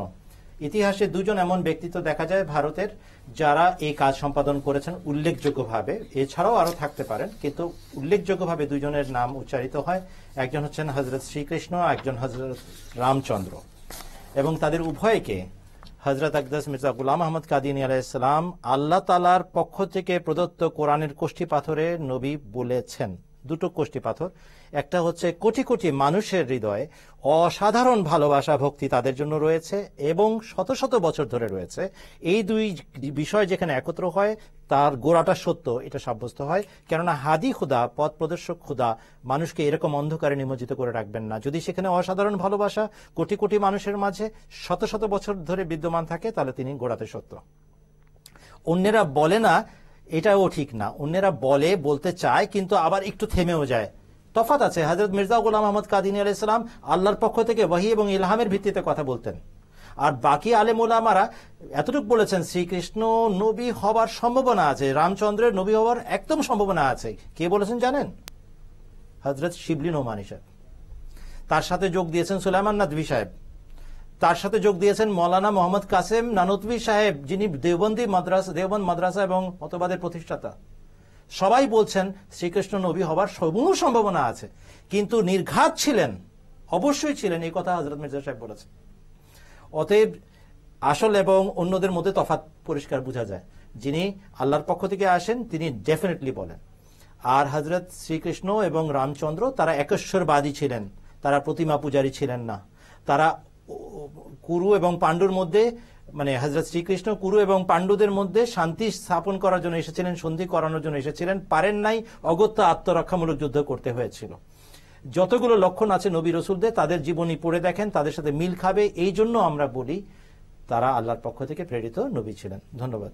ধন্যবাদ মহান সাহেব, খুব সুন্দরভাবে আপনি বিষয়টি বললেন। যে দর্শক সজীব সাহেব, আশা করি আপনি বুঝতে পেরেছেন যে আমরা কি বিশ্বাস রাখি শ্রীকৃষ্ণ সম্বন্ধে। সেই দর্শক, আমরা দেখতে দেখতে আমাদের অনুষ্ঠানের প্রায় 2 ঘন্টা সময় পার করে ফেলেছি। আমাদের কিছুক্ষণ পরই বিদায় নিতে হবে। তবে যাওয়ার পূর্বে কিছু কথা আপনাদের উদ্দেশ্যে বলে দিতে চাই যে আমাদের অনুষ্ঠানগুলো শুধুমাত্র আপনাদের জন্য আয়োজন করা হয়ে থাকে। আপনাদের আমাদের পাশে পেলে আমরা আমাদের অনুষ্ঠানগুলোকে সার্থক হিসেবে মনে করব। আপনারা চেষ্টা করবেন বেশি বেশি আমাদের ফোন করার জন্য এবং আমাদের সাথে যোগাযোগ করার জন্য। আমাদেরও চেষ্টা থাকে যাতে আমরা বেশি বেশি আপনাদের ফোন কলগুলো নিতে পারি, আপনাদের বেশি বেশি প্রশ্নের উত্তর দিতে পারি। আমাদের এই অনুষ্ঠানগুলো নিয়মিত ইউটিউবে আপলোড করে দেওয়া হয়। যারা আমাদের অনুষ্ঠানগুলো দেখতে পারেননি তারা চাইলে সেখানে গিয়ে অনুষ্ঠানগুলো দেখতে পারেন। এর জন্য আপনাদের যেতে হবে youtube.com/সত্যের সন্ধানে। সেখানে গিয়ে আপনারা আমাদের অনুষ্ঠানগুলো দেখতে পারবেন এবং দেখে নিতে পারেন। এছাড়া আমাদের যে হুজুরের খুতবা সমূহ দেখানো হয় সেগুলো আমরা ওয়েবসাইটে আপলোড করে দেই। সেই জন্য আপনারা ইউটিউব চ্যানেলের মধ্যে গিয়েই জুমার খুতবা বাংলা এই ট্যাগের মধ্যে আপনারা হুজুরের যতগুলো খুতবা আছে তার বাংলা অনুবাদ আপনারা দেখতে পারেন। শুধু দর্শক, মাঝখানে বিরতিতে আপনারা দেখেছেন যে আমাদের মজলিস খুদ্দামুল আহমদিয়ার সদর সাহেব এবং মজলিস খুদ্দামুল আহমদিয়ার পক্ষ থেকে কিছুদিন পর যে কেন্দ্রীয় ইজতেমা আরম্ভ হতে যাচ্ছে সেই ইজতেমায় আসার জন্য আমাদের আহমদি যত খুদ্দামরা রয়েছেন তাদেরকে দাওয়াত দেওয়া হয়েছে। খুদ্দাম আতফাল তারা সবাই চেষ্টা করবেন আপনারা বেশি বেশি যাতে মজলিস খুদ্দামুল আহমদিয়ার যে বার্ষিক ইজতেমা রয়েছে সেটিতে যোগদান করার জন্য। আমাদের হাতে খুব একটা সময় নেই, আমাদেরকে বিদায় নিতে হবে। তবে যাওয়ার পূর্বে আরো কিছু কথা আমি আমাদের দর্শকদের বলে দিতে চাই যে আগামী 2 দিনও আমাদের অনুষ্ঠান থাকবে এবং আমরা আপনাদের সামনে আসব ইনশাআল্লাহ তাআলা।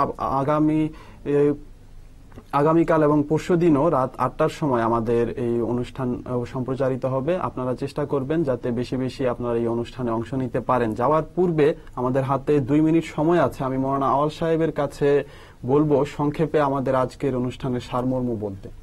হযরত মুহাম্মদ মুস্তাফা সাল্লাল্লাহু আলাইহি ওয়াসাল্লাম হচ্ছেন বিশ্ব নবী। তার উপরে কোনো নবী নাই, কোনো নবী ছিলেন না, কোনো নবী হবেন না। এই নবী সাল্লাল্লাহু আলাইহি ওয়াসাল্লাম এত বড় নবী যার ছোঁয়া পেলে আল্লাহর সান্নিধ্য লাভ হয়। সেই পথ ধরে হযরত মির্জা গোলাম আহমদ কাদিয়ানী আলাইহিস সালাম আল্লাহকে পেয়েছেন। এটাতে কার কি আপত্তি আছে? আমরা এটা বুঝার জন্য চেষ্টা করছি। তোমরাও বিশ্বাস করো রাসূল আকরাম সাল্লাল্লাহু আলাইহি ওয়াসাল্লাম পরশমণি ছিলেন, তার ছোঁয়াতে মরাগুলো জীবিত হয়েছে। হযরত মির্জা গোলাম আহমদ কাদিয়ানী আলাইহিস সালাম বলছেন আমিও মাটির ঢেলা ছিলাম আর তার আধ্যাত্মিক পরশ পেয়ে আমি জীবিত হয়েছি। এটা কথা উনি আরবি কাসিদাতে নিজে লিখেছেন, তিনি আমাকে জীবিত করেছেন। অতএব এই ব্যক্তি যিনি তার গোলাম হয়ে এসেছেন, যিনি তার শিক্ষাকে পুনর্বাসিত পুনর্জীবিত করে জগতের সামনে যুক্তি সহকারে উপস্থাপন করেছেন, এইটাকে গ্রহণ করে এক ঐক্যবদ্ধ মুসলমান জাতিতে পরিণত হওয়ার দাওয়াত, এটাতে আপত্তি কোথায়? এটা সমস্যা কোথায়? সবাই দাওয়াত দিচ্ছে ইসলাম এক হও, ইসলামের অনুসারীরা এক হও, কেউ পথ বলতে পারে না। আল্লাহর পক্ষ থেকে যিনি আসেন তিনি পারেন এক করতে। সেই উদ্দেশ্যে আজকের অনুষ্ঠানটা আমরা উপস্থাপন করেছি। একদিকে রাসূল আকরাম সাল্লাল্লাহু আলাইহি ওয়াসাল্লামের শ্রেষ্ঠত্ব মাহাত্ম্য দেখুন, আর তার আধ্যাত্মিক ছোঁয়াতে যদি মানুষ জীবিত হয়ে থাকে, আধ্যাত্মিকতায় পরিপূর্ণতা লাভ করে থাকে, এই ব্যক্তিকে রাসূলুল্লাহর চাকর না ভেবে, রাসূলুল্লাহ সাল্লাল্লাহু আলাইহি ওয়াসাল্লামের অনুসারী না ভেবে তার শত্রু হিসেবে দাঁড় করানোর কোনো যৌক্তিকতা কোথাও নেই। অতএব আমাদের উচিত আল্লাহর পক্ষ থেকে যিনি এসেছেন তার বিষয়টি কোরআন সুন্নাত হাদিস অনুযায়ী যাচাই বাছাই করে আল্লাহর রসুলের ভালোবাসায় নিমগ্ন হয়ে আল্লাহর কাছে দোয়া করে এই বিষয়ে সিদ্ধান্ত নেওয়া। ধন্যবাদ মহান সাহেব। শুধু দর্শক, আমরা আমাদের অনুষ্ঠানের প্রায় শেষ পর্যায়ে চলে এসেছি, এখনই বিদায় নিতে হবে। তবে যাওয়ার পূর্বে বলে দিচ্ছি যে ইনশাআল্লাহ তাআলা আগামী 2 দিনও আপনাদের কাছে আসবো, আপনাদের সাথে কথা বলবো। যাদেরকে সুযোগ দিতে পারিনি তাদের কাছে আন্তরিকভাবে দুঃখ প্রকাশ করছি। আমরা চেষ্টা করব যাতে আগামী 2 দিন আপনাদের সাথে যোগাযোগ করা যায়। আশা করি আপনারা আমাদের সাথেই থাকবেন। আমাদের সাথে আলোচনার জন্য প্যানেলে যারা উপস্থিত ছিলেন এবং লন্ডনে ফিরোজ আলম সাহেব ছিলেন, আপনাদের সবাইকে ধন্যবাদ জানাচ্ছি। সেই দর্শক, ইনশাআল্লাহ তাআলা আগামী 2 দিন আপনাদের সাথে কথা হবে। ভালো থাকবেন, সুস্থ থাকবেন এই আশাবাদ ব্যক্ত করে আজকের মতো এখানেই বিদায় নিচ্ছি। আসসালামু আলাইকুম ওয়া রাহমাতুল্লাহি ওয়া বারাকাতুহু। আউযু বিল্লাহি মিনাশ الشيطان